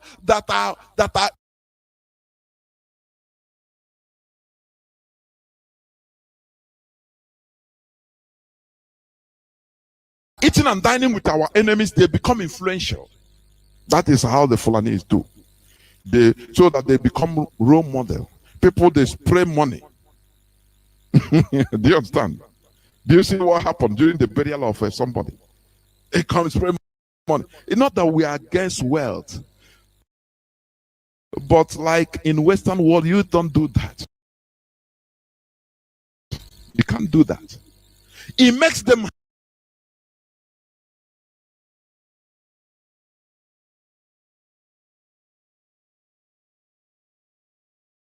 happy to spray money. Why people are picking it like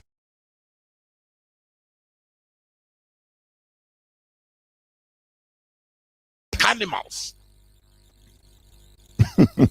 Some people will say, okay, this person build the factory in our land and employ people. Yes, it's very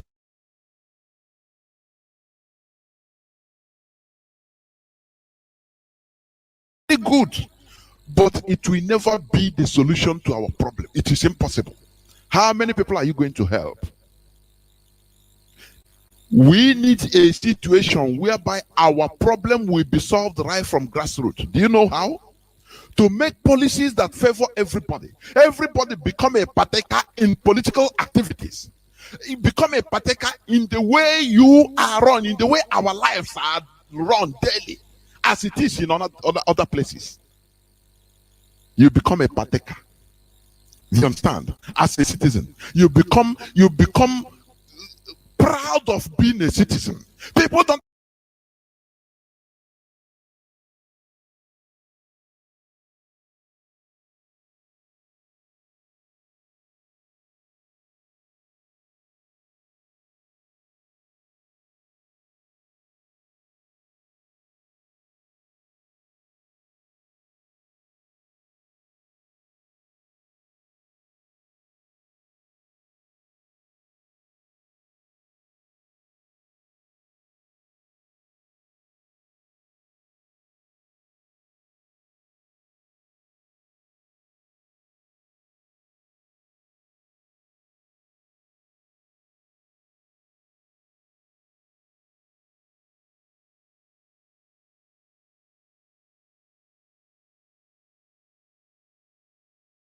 understand what a citizen means.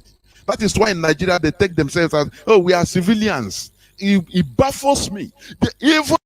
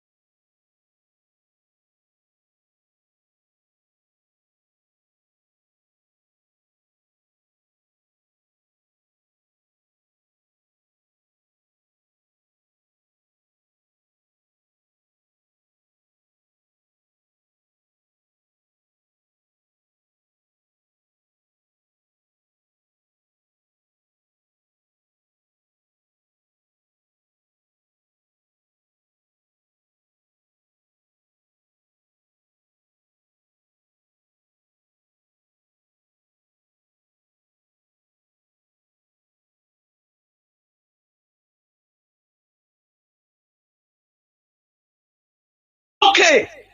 When you know that everything is okay. All our celebrities, you see what happened? That our brother that disgrace those stupid and you know what they all those guys, they are believe and They are Igbo.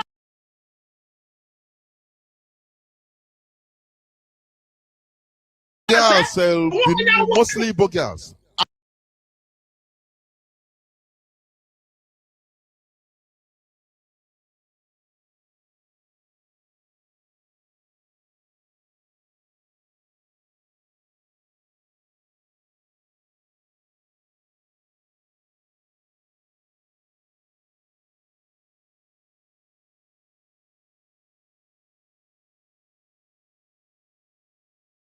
And you see one of them shouting. I know he's a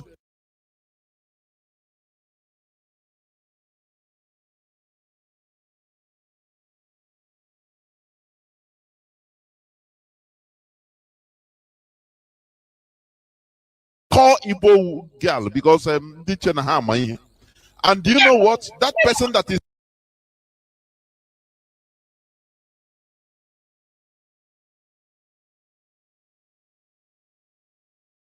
saying that he's not an Igbo man, eh? He's not an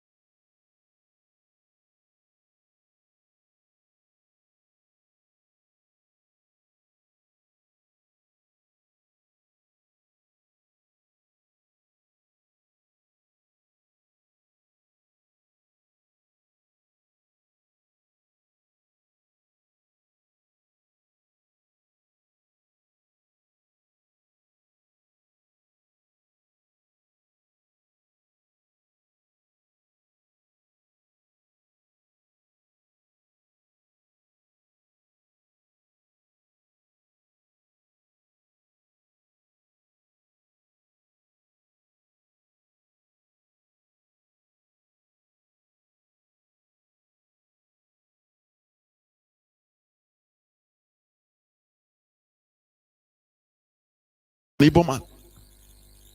Go on, please. Okay, sir. Those are Igbo girls coming to represent Nigeria. Youths.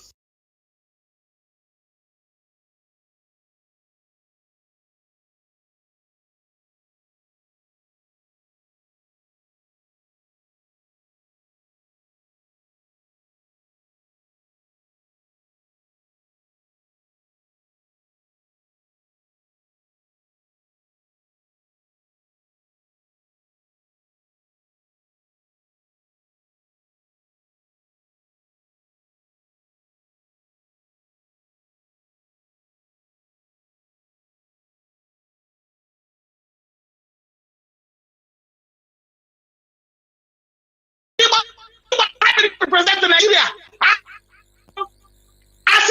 What is happening there? They're everywhere. They're not feeling it or what? I don't understand it. I don't understand what is happening in that country. Only do it for how many years now? These people are so daft that sometimes I just get so upset that I don't know what to do. I don't know what to do. These people, they're so blind. Did I be represent Nigeria as what? Did I be represent Nigeria? You see, I'm telling you, all Biafrans in abroad today that is listening to this broadcast. You see what happened to those Falcons? Anywhere we see, it's not only what they call them, their politicians. All their celebrities. Since they